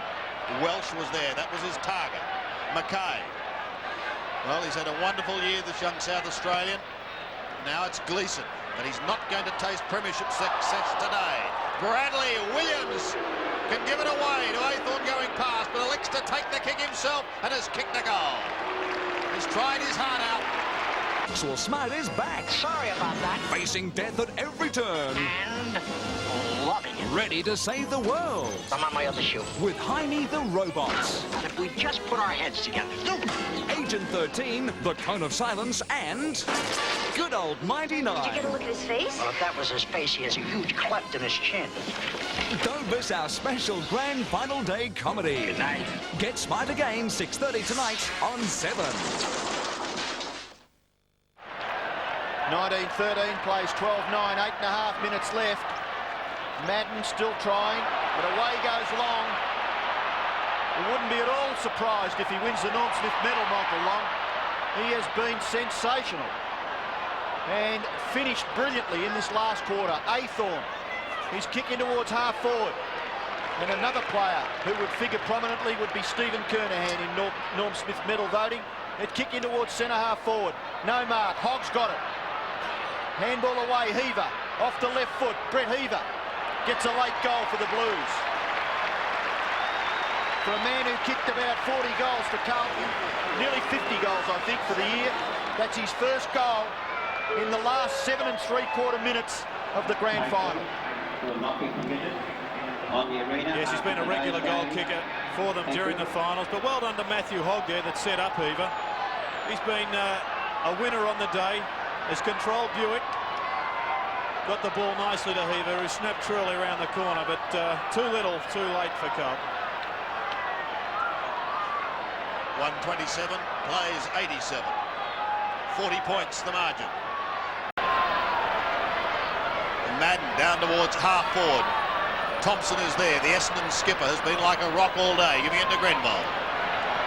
Into the shadows of the stand and over the line. McKay, country boy, son of a farmer, now a wool buyer. Where from? Lucendale in the southeast of South Australia.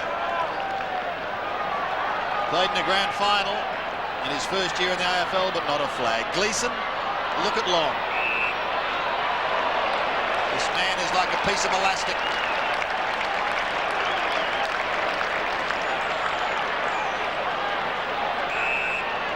We yet to see the best of this player. Kevin, help us when we do. You would think that when he gets his act together in the consistency stakes that there's a Brownlow medal beckoning. I might have voted too early, I think, Jared. Along towards centre wing. Watson, clever tap to Hurd. Still a master is Tim Watson.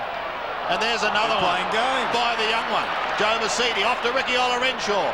Kicks into the sunshine. Clean bowls Madden. With him is Spalding. Salmon does a bit of a lean. Now this will test his goal-kicking prowess.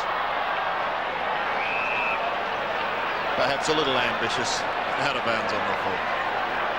I don't think he's too concerned. But he's been pretty deadly. Today, Ratton brings it back into play and finds Gleeson tucked in the back pocket. Yes, Gleeson will run outside 50 metres. 2 bounces. Nearly up to the wing. Forced to kick with the left foot. Good mark taken by Justin Madden. Handballs away to Alvin. Alvin gets past Chris Danaher. Handball to Hogg, who slips over. Well tackled by Mercury. Alvin brilliantly tackled by Chris Danaher. Michael Long and Hannah in chips Aythorne. His kick across his body. Bounces into the square. Bradley got rid of by Calthorpe. And Harvey quite content to give away a behind. A rushed one at that to the Blues. And Mark Harvey's been a bit of an unsung hero today. He came into the game with a big cloud over him, and he's had 20 possessions, and kicked a goal. Yes, many thought he might take his place because of a heel injury, but he's done well. Thompson. Been a fine skipper too, we mustn't forget that. And O'Donnell has been sensational. 27 possessions for him.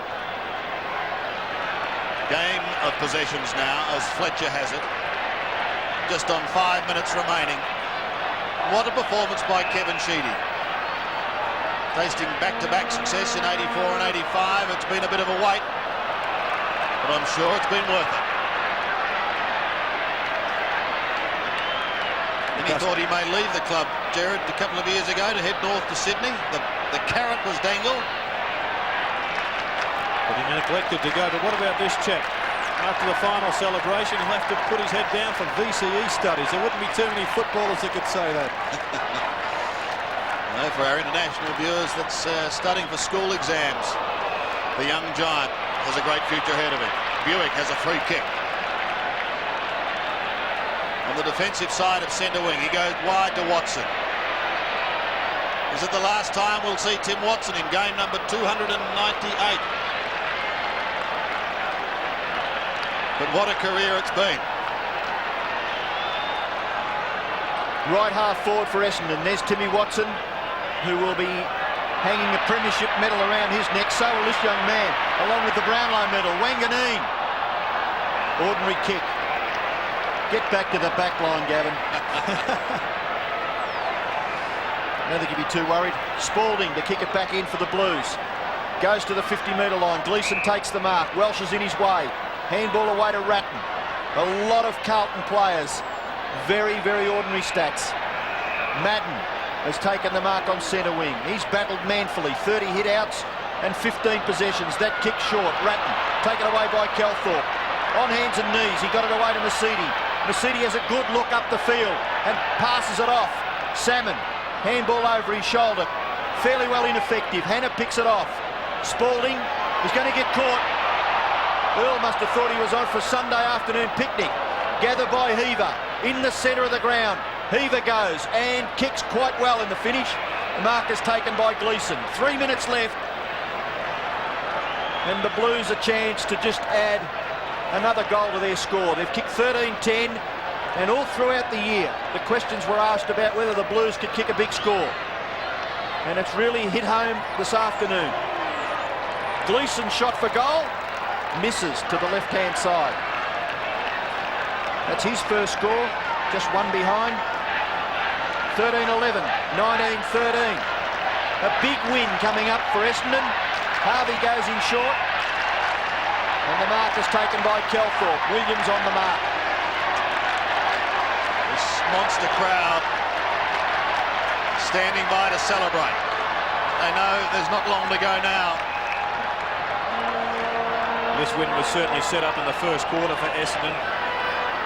Since then, Carlton's added 81 points. Essendon has still outscored them, adding 89. The Bombers finished 8th last year as their rebuilding program virtually commenced. And I don't think many thought it would bring these sort of results so quickly.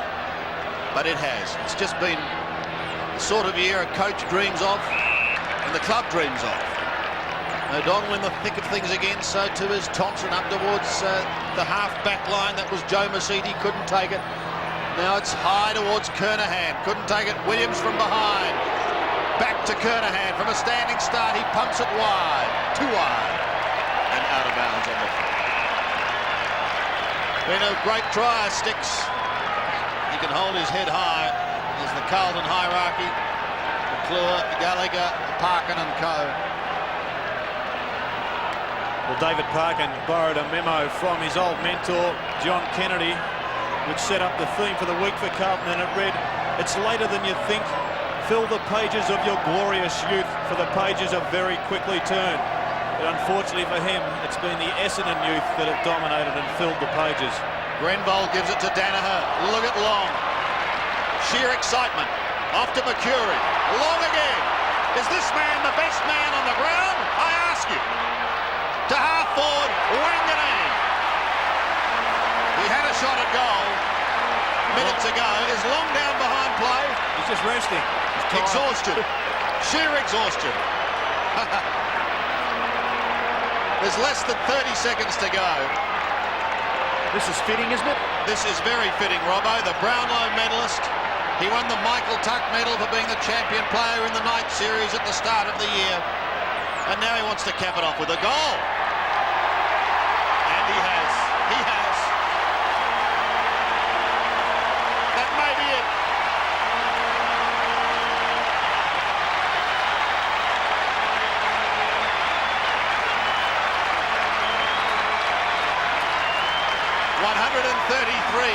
Plays 89. We'll have a bounce, but that's all we'll have. Kevin Sheedy has done it again for the Bombers. There's the bounce, Somerville, and there's the siren. Victory for the Bombers.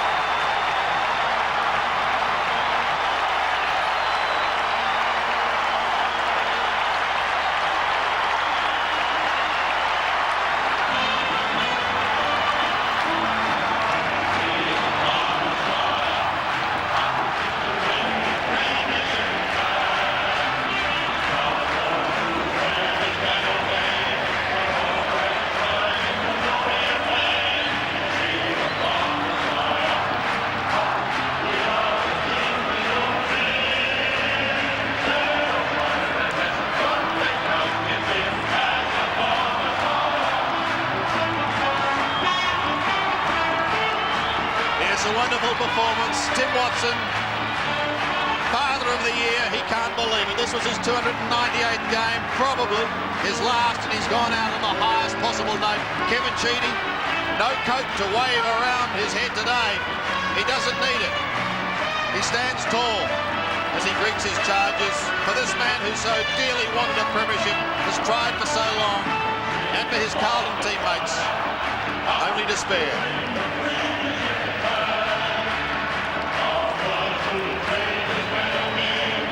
Well, you asked the question, is winning the second semi-final a real bonus? I mean, everyone questioned whether these young fellas could come on again and play, you know, 3 pretty hard finals in a row. But they just finished full of running, didn't they? I think that second semi-final was a good searching test for them. They really searched Carlton out. They had 5 or 6 players unavailable through injury, and to get beaten by just 2 points, I'm sure they were pretty confident that they could beat Carlton if they could get another crack at it. Right, let's go down to the ground now. Here's Bernie. Great celebrations down here, Sandy. I have with me Mark McCurry, one of the young Essendon stars. Fantastic performance, Mark. Sensational, mate. As a kid, that's all you dream of, and it's come true. Sensational, mate. Well, everyone said you might have done it too hard. You had a hard run through the finals, but it didn't seem to worry all the hard work. Yeah, no, I think it was a good preparation. We had, you know, all the young ball blokes, a lot of experience. Sensational, mate. It wasn't looking too good after round 7, 11th position on the ladder, and it looked as if you'd really blown your chances. Yeah, we had a bit of a tough draw, but we overcome it all, and we made it, so it's sensational. Terrific. Congratulations. Enjoy it. Yes, to the win of the spoils, Justin Madden, the gentle giant, the Carlton comedian, will not be laughing tonight. But these boys will. And I just wonder how long it's going to be before it really sinks in for some of these youngsters, Jared. They're just 18 years of age.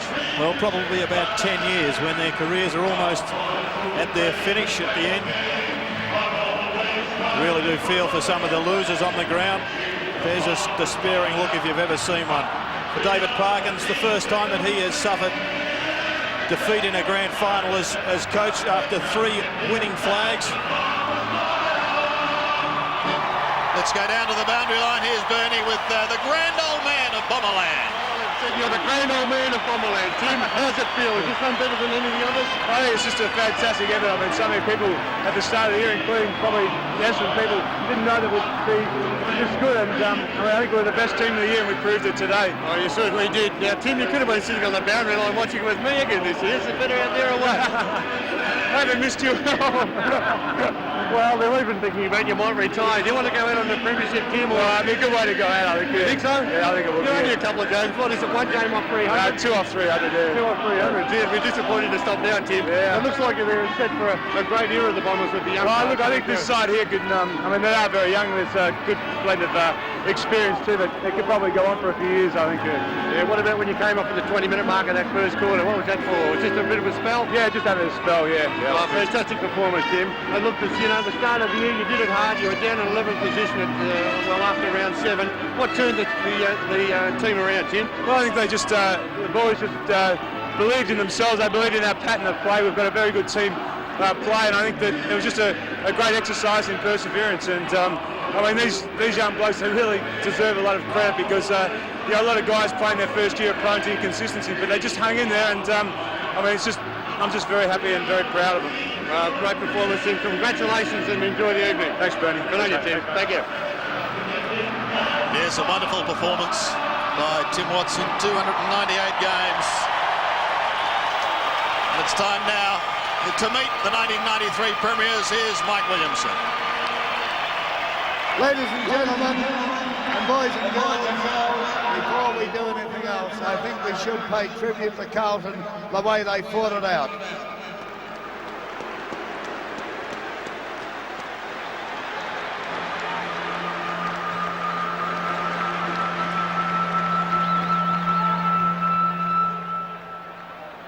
And now, ladies and gentlemen, would you please welcome former Richmond champion Maurice Rioli, himself a winner of the Norm Smith Medal in 1982, to present the Norm Smith Medal to the player judged as best of field in the 1993 Foster's AFL Grand Final. And in this international year of the world's Indigenous people, may I announce to you the 1993 winner of the Norm Smith Medal is Michael Long of Essendon.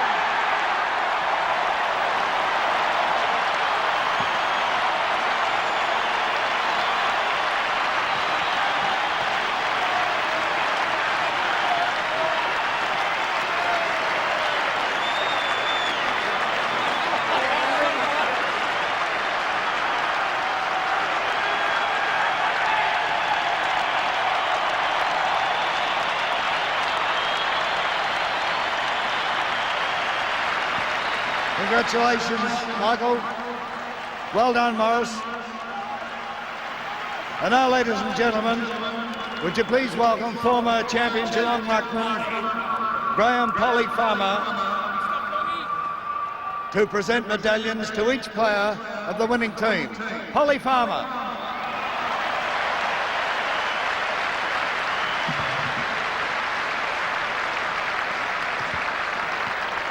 We'll ask the players to come forward as I call out their names. Number 1, Mark Harvey.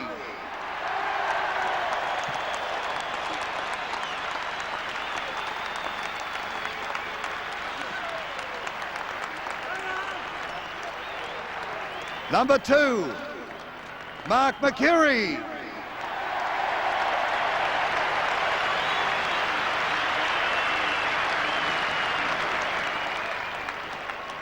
Number 3, the big fish, Paul Salmon.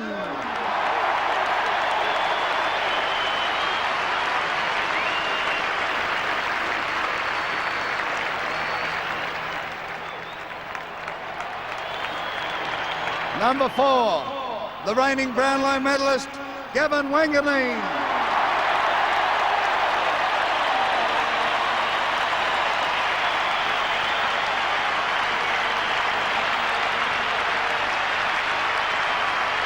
Number 5, James Hurd.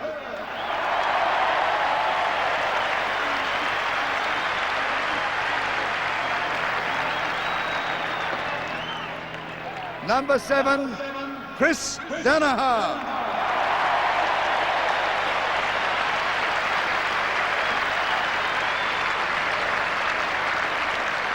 Number 8, Darren Buick.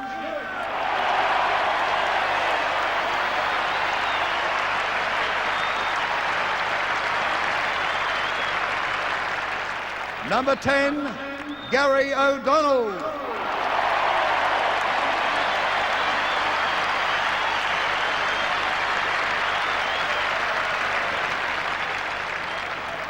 Number 11, Paul Hills.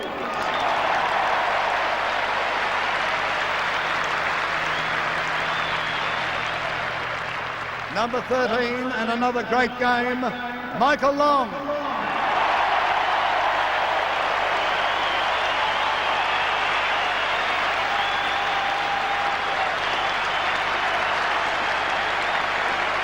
Number 19, Peter Somerville.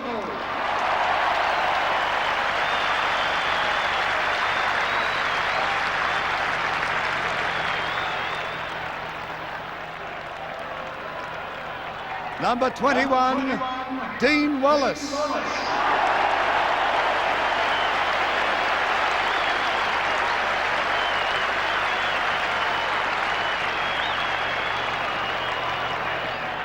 Number 24, another baby bomber, Joe Masiti.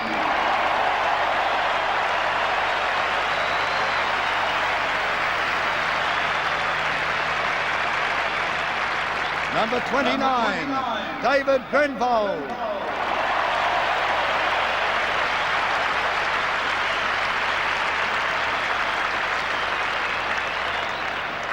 Number 31, another baby, Dustin Fletcher.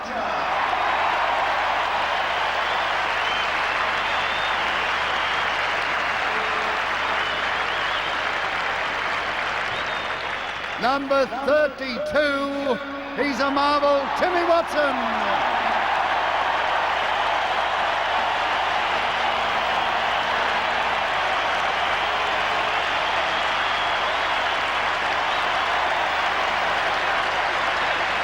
Number 38, Sean Denham.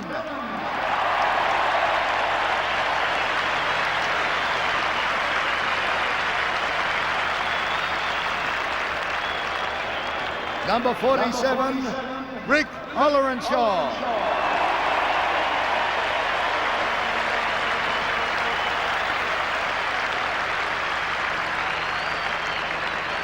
'48, David Calthorpe.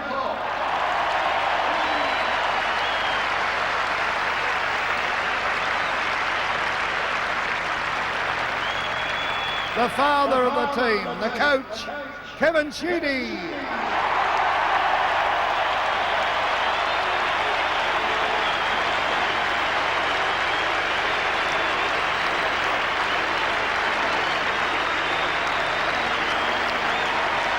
and the captain, Mark Thompson.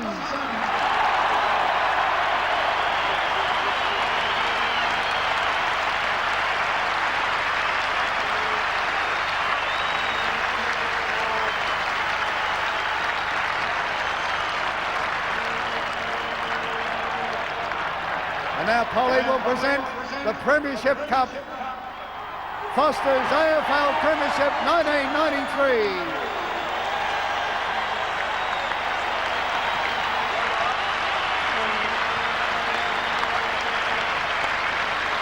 What about it?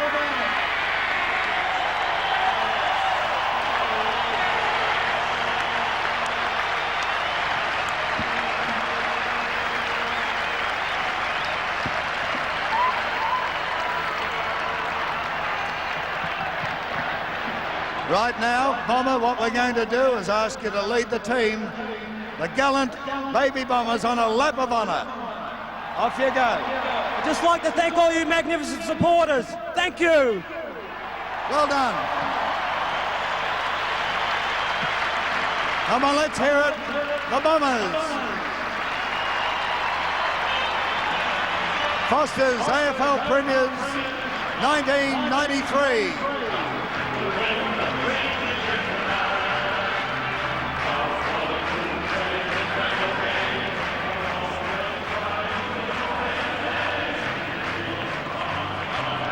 Right, boys, let's go on the lap of honour.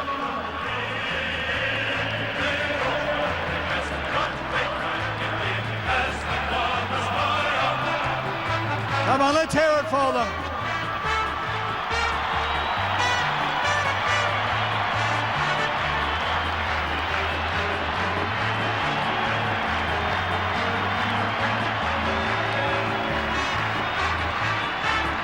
Incidentally, to all you Bomber fans, these Bomber Premiership T-shirts will be available as from tomorrow morning in all Kmart stores. I'm sure you'll go and get one. They're terrific. Yes, a wonderful moment for these players. I know that Tim Watson would appreciate being called the baby, one of the Baby Bombers. They now join Carlton with 15 grand final wins, and Jared, looking at the makeup of this team, they can certainly add to that in the years ahead. Yes, unlike the Carlton side, where the strength of their team is 28 years or above, you'd have to say that this is just a magnificent team in that every player has contributed. And with 8 players 20 years old or under, the future for the Bombers certainly looks bright. You go right through their list: Mercuri, Masidi, Herb, the list goes on and on. Wanganeen, the Brownlow medalist. Chris Danaher, what a magnificent effort for him to fight back after being dropped so many times through the year. Buick, of course, still a young player, although a champion forward pocket as we know. And Paul Hills, I thought he was a quiet achiever today, but did magnificently well on Mill and Hannah, particularly on the wing early in the piece. And there's Michael Long, the Norm Smith medalist, with the cup in his hand. What a fantastic performance. My word, this huge crowd giving them the ovation they deserve. We'll take a break. More shortly from the MCG. Teams they don't win, they all try their best, but they can't get near as the Bombers fly on.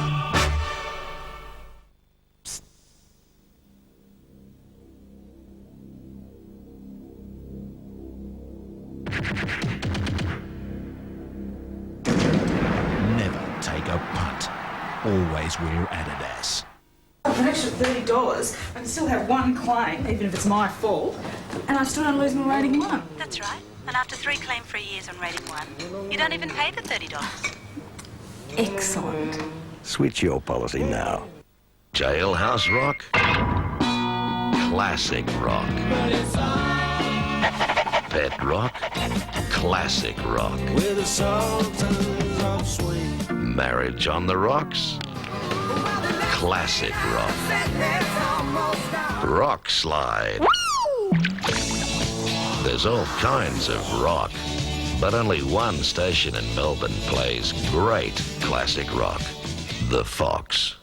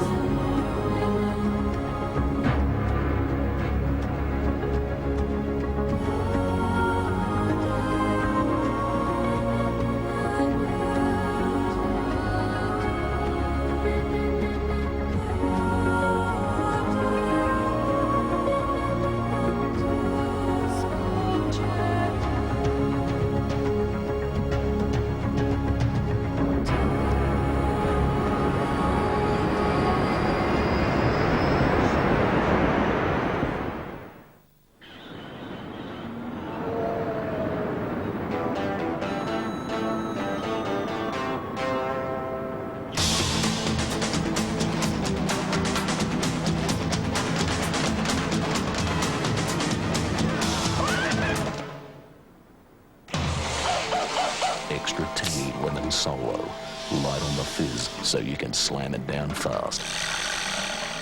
Solo Lemon, the thirst crusher.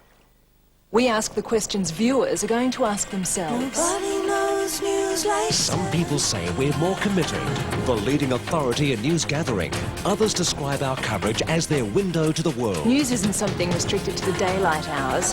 It's happening 24 hours a day. And with access to major news services around the globe, we're building on a reputation of commitment and dedication.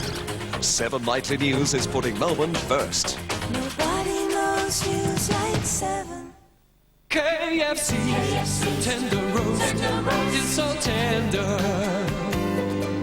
and wedges so golden and brown. If you can't decide between the great taste of KFC's new seasoned potato wedges and tender roast chicken for $9.95, get both, because right now just $9.95 buys you the lot. The 2 best tastes in town, I like it like that. And so we check the final scoreline here at the MCG in the 93 Grand Final. Essendon victorious, and they set it up, particularly in the second quarter. 20 goals, 13, 133. Carlton, most disappointing, 13-11, 89. The victorious coach is Kevin Sheedy. Here he is with Bernie Quinlan. Thanks, Sandy. Well, congratulations, Kevin. That was must have been a very satisfying victory, that one. Well, it was. You know, we've had a lot of plans in the last couple of years. And it's been worthwhile. We've been to 2 of the last 4 grand finals, I'd say. We lost 1-1-1, you know, to our committee. David Shaw, our president, Ron Evans, our previous president, for keeping me at the club. I'd like to say personally thank you to the whole of the country. He's a wonderful president and will be a great commissioner. And the players, really, they're a young batch of players with a good mixture. And I think possibly, well, even though they're a young side, they're fairly experienced. They played 4 finals matches, and that'll hold them in good stead.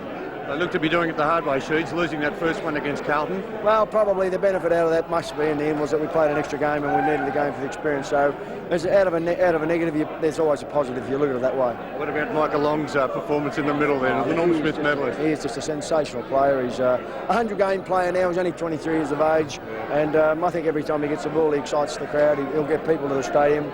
And it was just interesting in the last sort of 4 minutes where Long ran through the centre, kicked at the Wanganeen, and they ended up with a wonderful goal and picked up the 2 medals for the year. Well, you just about won everything this year, Sheets. The Foster's Cup, the Brownlow medal, the Norm Smith medal, trophy, and now the big one. Well, I think that possibly it's due to the club, the club's planning in every area, and I think that, well, we'll just sit and enjoy for a couple of weeks because we've got the draft coming up, and the side's young enough to do well again. You know, they're not too old, and well, that's the way I'm looking at the future. Sure, the future looks very bright with the young Bombers in that side. Gee, they played with maturity beyond their years today, didn't they, Sheed? Well, they've had a wonderful performance. They've had a good upbringing. I mean, we'd like to thank our previous coaches and, you know, let's face it, Dennis Pagan, or give it a hand, Merv Kane. We can't remember a previous coach at Essendon. You've been there that long now. My assistant coaches. and on that, you know, Ray Jordan from under-19s. We did very well out of the under-19s, and I really believe that the clubs should look at, you know, making sure we work at that apprenticeship area. And the other major factors are my coaches today, Neil Danaher, also David Whedon, Danny Corcoran, and my fitness coaches as well with recruiting staff, Noel and Kevin Morris. Great, thanks for your time, Sheeds, and go and enjoy it with the players. Yes, thank you, Bernie. A real team effort out at Windy Hill in 1993, and it certainly has paid dividends. They have reaped the crop. They've taken absolutely everything. Crowd of just under 97,000 have started to disperse. They're heading home, either celebrating or drowning their sorrows, and out to meet them as they leave is Bill McDonald. Well, plenty of supporters drifting out of the ground, plenty of fans, a lot of them happy. Let's chat to a few of them. Oh, how was that? Well, all I can say is that I came all the way down from Sydney to see this match, and it cost me a lot of money, and it was worth every single cent. And I'd like to say hi to my wife, Janine, and to my mate, Cabot, back in Sydney. All the best, and Canada Bombers, you beauty! All right, let's have a wander around, see if we can find a few more. Another Bomber supporter, are you happy to see the way it finished today? I'm very pleased with the Bombers' effort. Never in doubt, right? No, never. All right, congratulations. Thanks. There you go, thanks a lot. Who else have we got? Have we got Nick? Yes! Mate. Would you think they'd win it? Oh, mate, I came from Queensland. I bought my tickets 3 weeks ago to be here. I thought they'd win it, and they've done it! Yeah! We don't seem to have too many Carlton supporters around at the moment. Not surprisingly, they're probably all hiding, but plenty of happy Bomber supporters on the way out of the southern stand. So that's just about it out here. We'll see you a little bit later on. Yes, good on you, Billy. You came down from Queensland. I think you better take that gentleman back with you. Let's return to the victorious rooms. Their skipper is Bomber Thompson. Bernie, I bet he's delighted.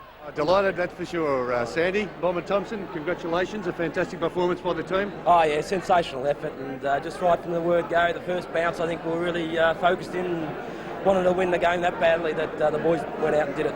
What about the injuries? Coming into the final series, you had about 5 injury problems, and you lost that first final against Carlton. It didn't look too good from there. You had a hard road home from there, but the boys certainly lifted.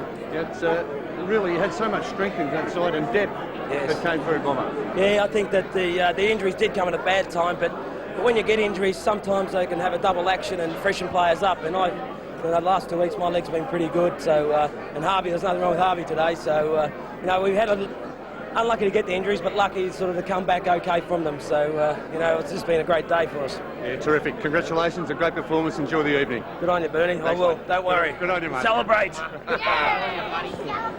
Like the way he said, I will, don't worry. Well, Simon Madden is one of Windy Hill's favourite sons. Been a champion for many a long day, only hung up his boots recently. But he's changed camps. He's been assisting the ruckman out at Princes Park, Carlton's territory. So I wonder how he feels after Essendon's meritorious win today. Here he is with Max Stevens. Max? I don't know if it's congratulations or commiserations. How do you assess it? Well, I suppose they had a foot in each camp. I'm very disappointed for Justin, but I'm very elated for a lot of my former teammates and especially the club. I think it's an excellent win by Essendon, and they should be congratulated the way they went about it. And I'll have to go down the rooms very soon after this and congratulate a few of them. Now, you say you're going to the rooms. Obviously, you're going to jump onto the Essendon rooms. Oh, well, when you've played 379 games with them, it's a bit hard just to sort of say I won't say anything to them. I might be able to get into the Carlton rooms and commiserate with some of the Carlton players too, but it's a funny feeling when you've got a foot in each camp, yeah. Tell me, how did you see the game, the way Essendon started? Just sort of sums it up? Yeah, I think definitely. I think they definitely had their mind on the job. They were very well prepared. I thought there's a couple of tricks up the way the team lined up with no direct centre forward, with him playing around on the half forward flank with David Grenville on the half forward line on McKay rather than on the back line. It was a little bit unbalancing, I think, and they very well set it up in that first quarter. And Carlton looked a little bit frazzled, and they really didn't handle the situation at all. Okay, thanks for talking with us, Simon Madden. Good on you, thanks, Max. Yes, thank you, Simon, and he can go down to the Windy Hill rooms and celebrate with his former Essendon teammates like Timmy Watson. Well, Bill McDonald, we saw him with some of the Essendon fans celebrating. I guess for the Blues, Billy, it's a different story. Well, now the other side of the coin, they didn't have much to cheer about today, the Blues supporters, but disappointing day all round, eh? Well, a little bit disappointing, but, full credit to Essendon. They played well, and Michael Long with the medal. I mean, what could you say, though? They were good on their day, but maybe next year we'll give it a go, and it'll be back there with the Blue Boys. All right, thanks a lot. Let you go. What went wrong with you guys today, the Blues? Just the play wasn't there, the confidence wasn't there, I suppose. Full credit to Essendon, but I suppose next year they'll hopefully give it another crack and hopefully win it. Okay, thanks a lot. Here we go, Bombers, all these Bombers fans, plenty of Bombers fans, not so many Blues. Are you happy about today then? Damn right. Did you tip it? Oh, yeah. I had faith in them all along. All right. There you go, good to see you all. Any more Blues supporters? No, see, there's nobody here, so we've got no choice. It's all Essendon. Thanks a lot. Back to the studio. Good on you, Billy. Yes, of course, it's all Essendon after their great win. We'll take a break. Stay with us here on 7 Sport.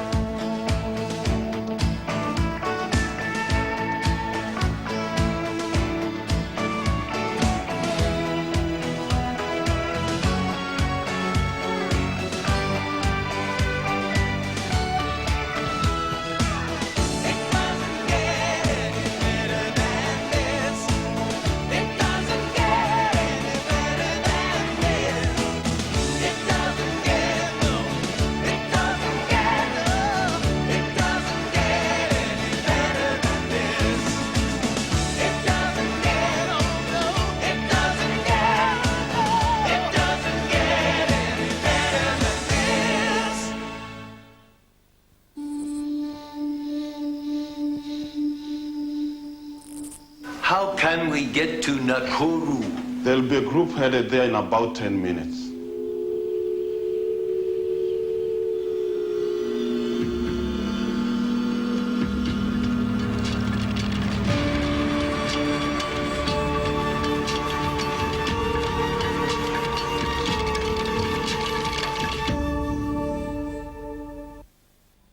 McDonald's Quarter Pounder with cheese is 100% Australian beef, Kraft cheese, Heinz ketchup, McCormick mustard, onions, pickles on a buttercup bun. And when it's served with French fries from Birdseye and a Coca-Cola, all for $3.95, it's a Quarter Pounder with cheese extra value meal. $3.95. That's amazing. It's my time. Excuse me, you go away on family holidays, you know all the stuff they want you to bring along, you know, pants, picnic things, bicycle, fishing rod, dog food, the dog. You can fit it all in. I mean, you sit up front, it feels just like a sedan. But then back here, my goodness, sell tickets, hold the dance. Before Captain Cook had set sail to discover Australia, he had to know what kind of day it would be. Before Sir Edmund Hillary could set out to conquer Mount Everest, he had to know what kind of day it would be. And for those times when you need to know what kind of day it will be, hi, David Brown here with Melbourne's official weather report. turn to the person who has made weather his life. David Brown. In a city where weather means everything, get the accurate forecast. Monday on 7 Nightly News. Where the weather will always be better. Welcome back to the MCG, fast emptying of its almost 97,000 strong crowd after Essendon's big win in the 93 grand final. Quick look, of course, at what is coming up on 7. And don't forget, on October 2, it's the Tui's Top 10. The shootout for the big race on Sunday. Who will be King of the Mountain? All that action is coming your way on 7. But wherever you may be viewing, check your local guides for details. I've got two gentlemen with me. Well, I think you're probably a little bit deflated after that, I think. Yes, they come in with great expectations, Yes. Sandy, and when you come in with great expectation, you usually go away disappointed, don't you? What is your theory now, Peter McKenna, on the week's break? Well, I don't think the week's break makes any difference at all, Sandy. I think that Essendon proved that. The fact that they're such a fit side, they're a young side, and there's the disappointed Carlton players, but Essendon came through a very, very tough draw. They finished on top of the ladder. They proved themselves the best side in the competition.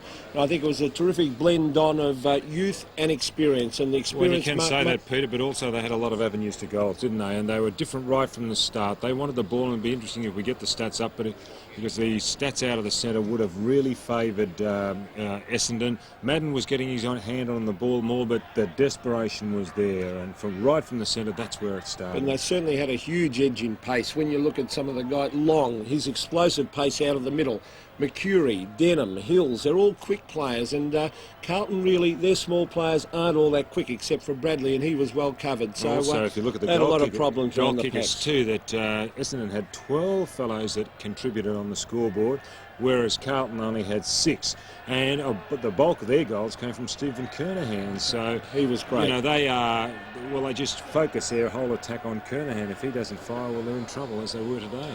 Yes, Craig Bradley there with Mike Fitzpatrick, a former champion of the Carlton Club, trying to answer a few questions. It's not easy. There's a bird's eye view from the magnificent Regent Hotel here in Melbourne, one of the premier hotels in this country, as fans stream away from the MCG. Bomber fans happy, Carlton fans looking ahead to next year. We'll take a break, more shortly.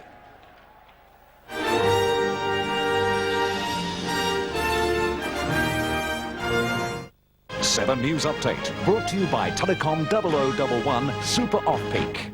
Hello, coming up in 7 Nightly News at 6, the drama, excitement, passion and glory, our comprehensive grand final day coverage. Also continuing euphoria over Sydney's Olympics win as Victoria plans an Olympics Expo.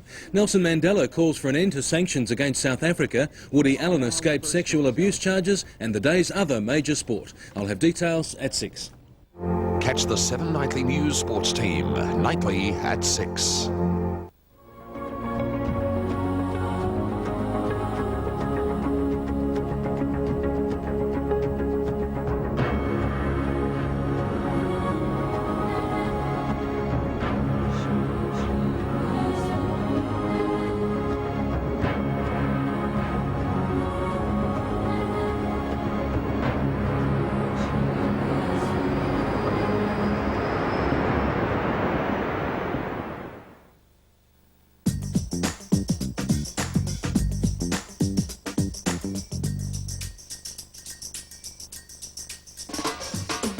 When life gives you an unlucky break, there's a bank that can help you out.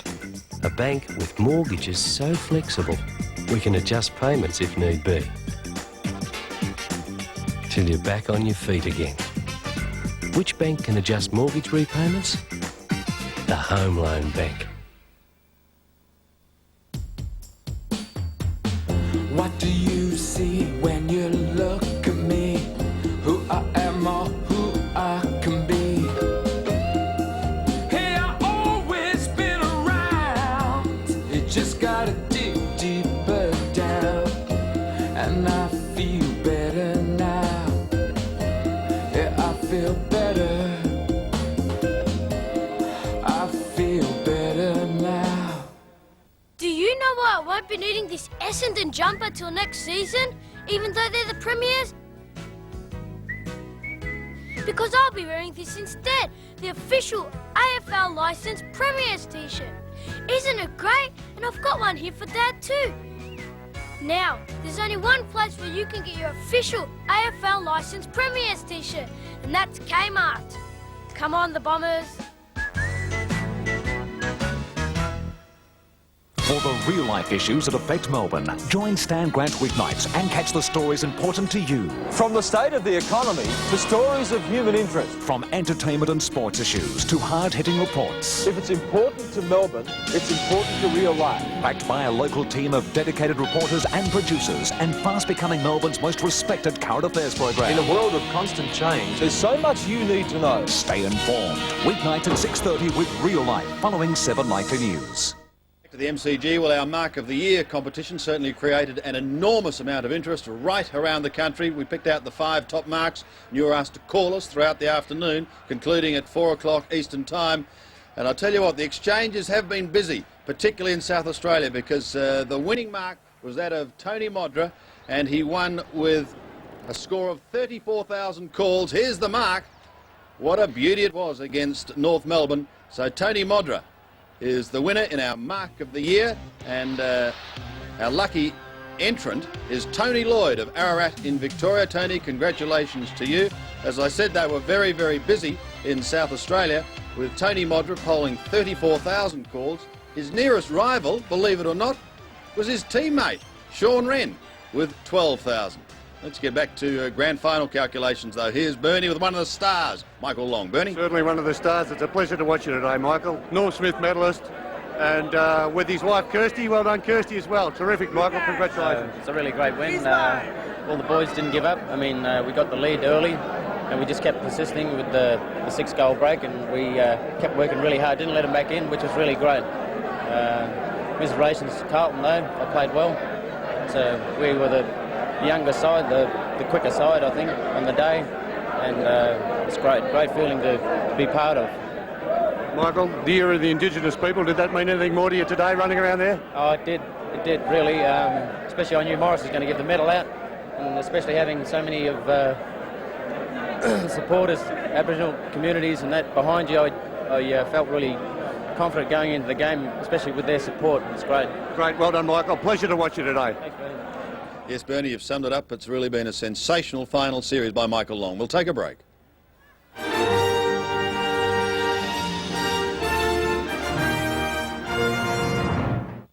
Right now, when you purchase a pack of BP Visco High Performance Engine Oil, we'll give you the chance to win the same car that won the James Hardy 12-hour at Bathurst. The fantastic twin-turbo Mazda RX-7. But on second thoughts, maybe we should give you the less conspicuous version. Ah, that's better. Win a Mazda RX-7 with BP Visco. Enter now! Excuse me, you go away on family holidays, you know all the stuff they want you to bring along, you know, tents, picnic things, bicycle, fishing rod, dog food, the dog. You can fit it all in. I mean, you sit up front, it feels just like a sedan. But then back here, my goodness, sell tickets, hold the dance. Oh! Naughty girl. Hey, this is new. Yeah. very nice. The old one went west in the storm along with the roof. It was 20 years old, but they replaced it with a brand new sofa. Yes. New for old. Most of them are doing it now. What about fair dinkum new for old? You know, with no surprises and nothing to leave you out of pocket. What sort of insurance company does that? Don't tell me. RACV Insurance. It's not just another insurance company.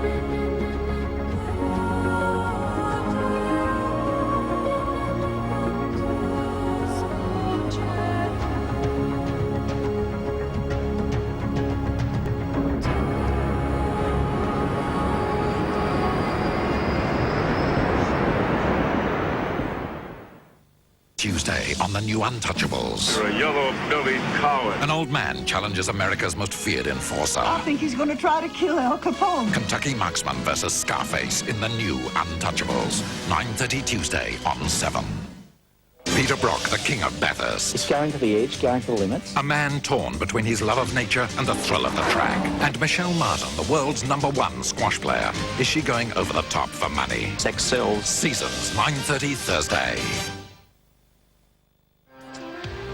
Well, there it is, the most prized possession in the country, the Grand Final Cup, and of course you've got the opportunity of purchasing one of those, particularly if you're an Essendon supporter, from any What's New stores. That's from next Monday, or from the Essendon Football Club out at Windy Hill. That is $150. The Grand Final T-shirts are also available as from tomorrow, I guess, and of course something that's synonymous with Grand Final here in Australia is the WEG poster. So all that lies ahead of you. Just quickly checking all results today, because it has been a mighty day here at the MCG. In the main game, Essendon 2 strong, 20-13 to Carlton 13-11. And in the reserves match, Melbourne 13-12 defeated North Melbourne 7-14. Whilst in the early game today, victory went to Northern over Western. In the seniors, the day belonged to the Bombers.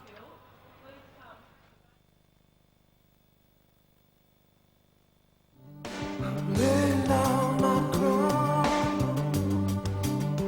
Yes, I'll lay down my crown. Lord, I'm weary and hurting. The bad rain burn on my crown. My soul is born with me. Oh, let the kingdom come.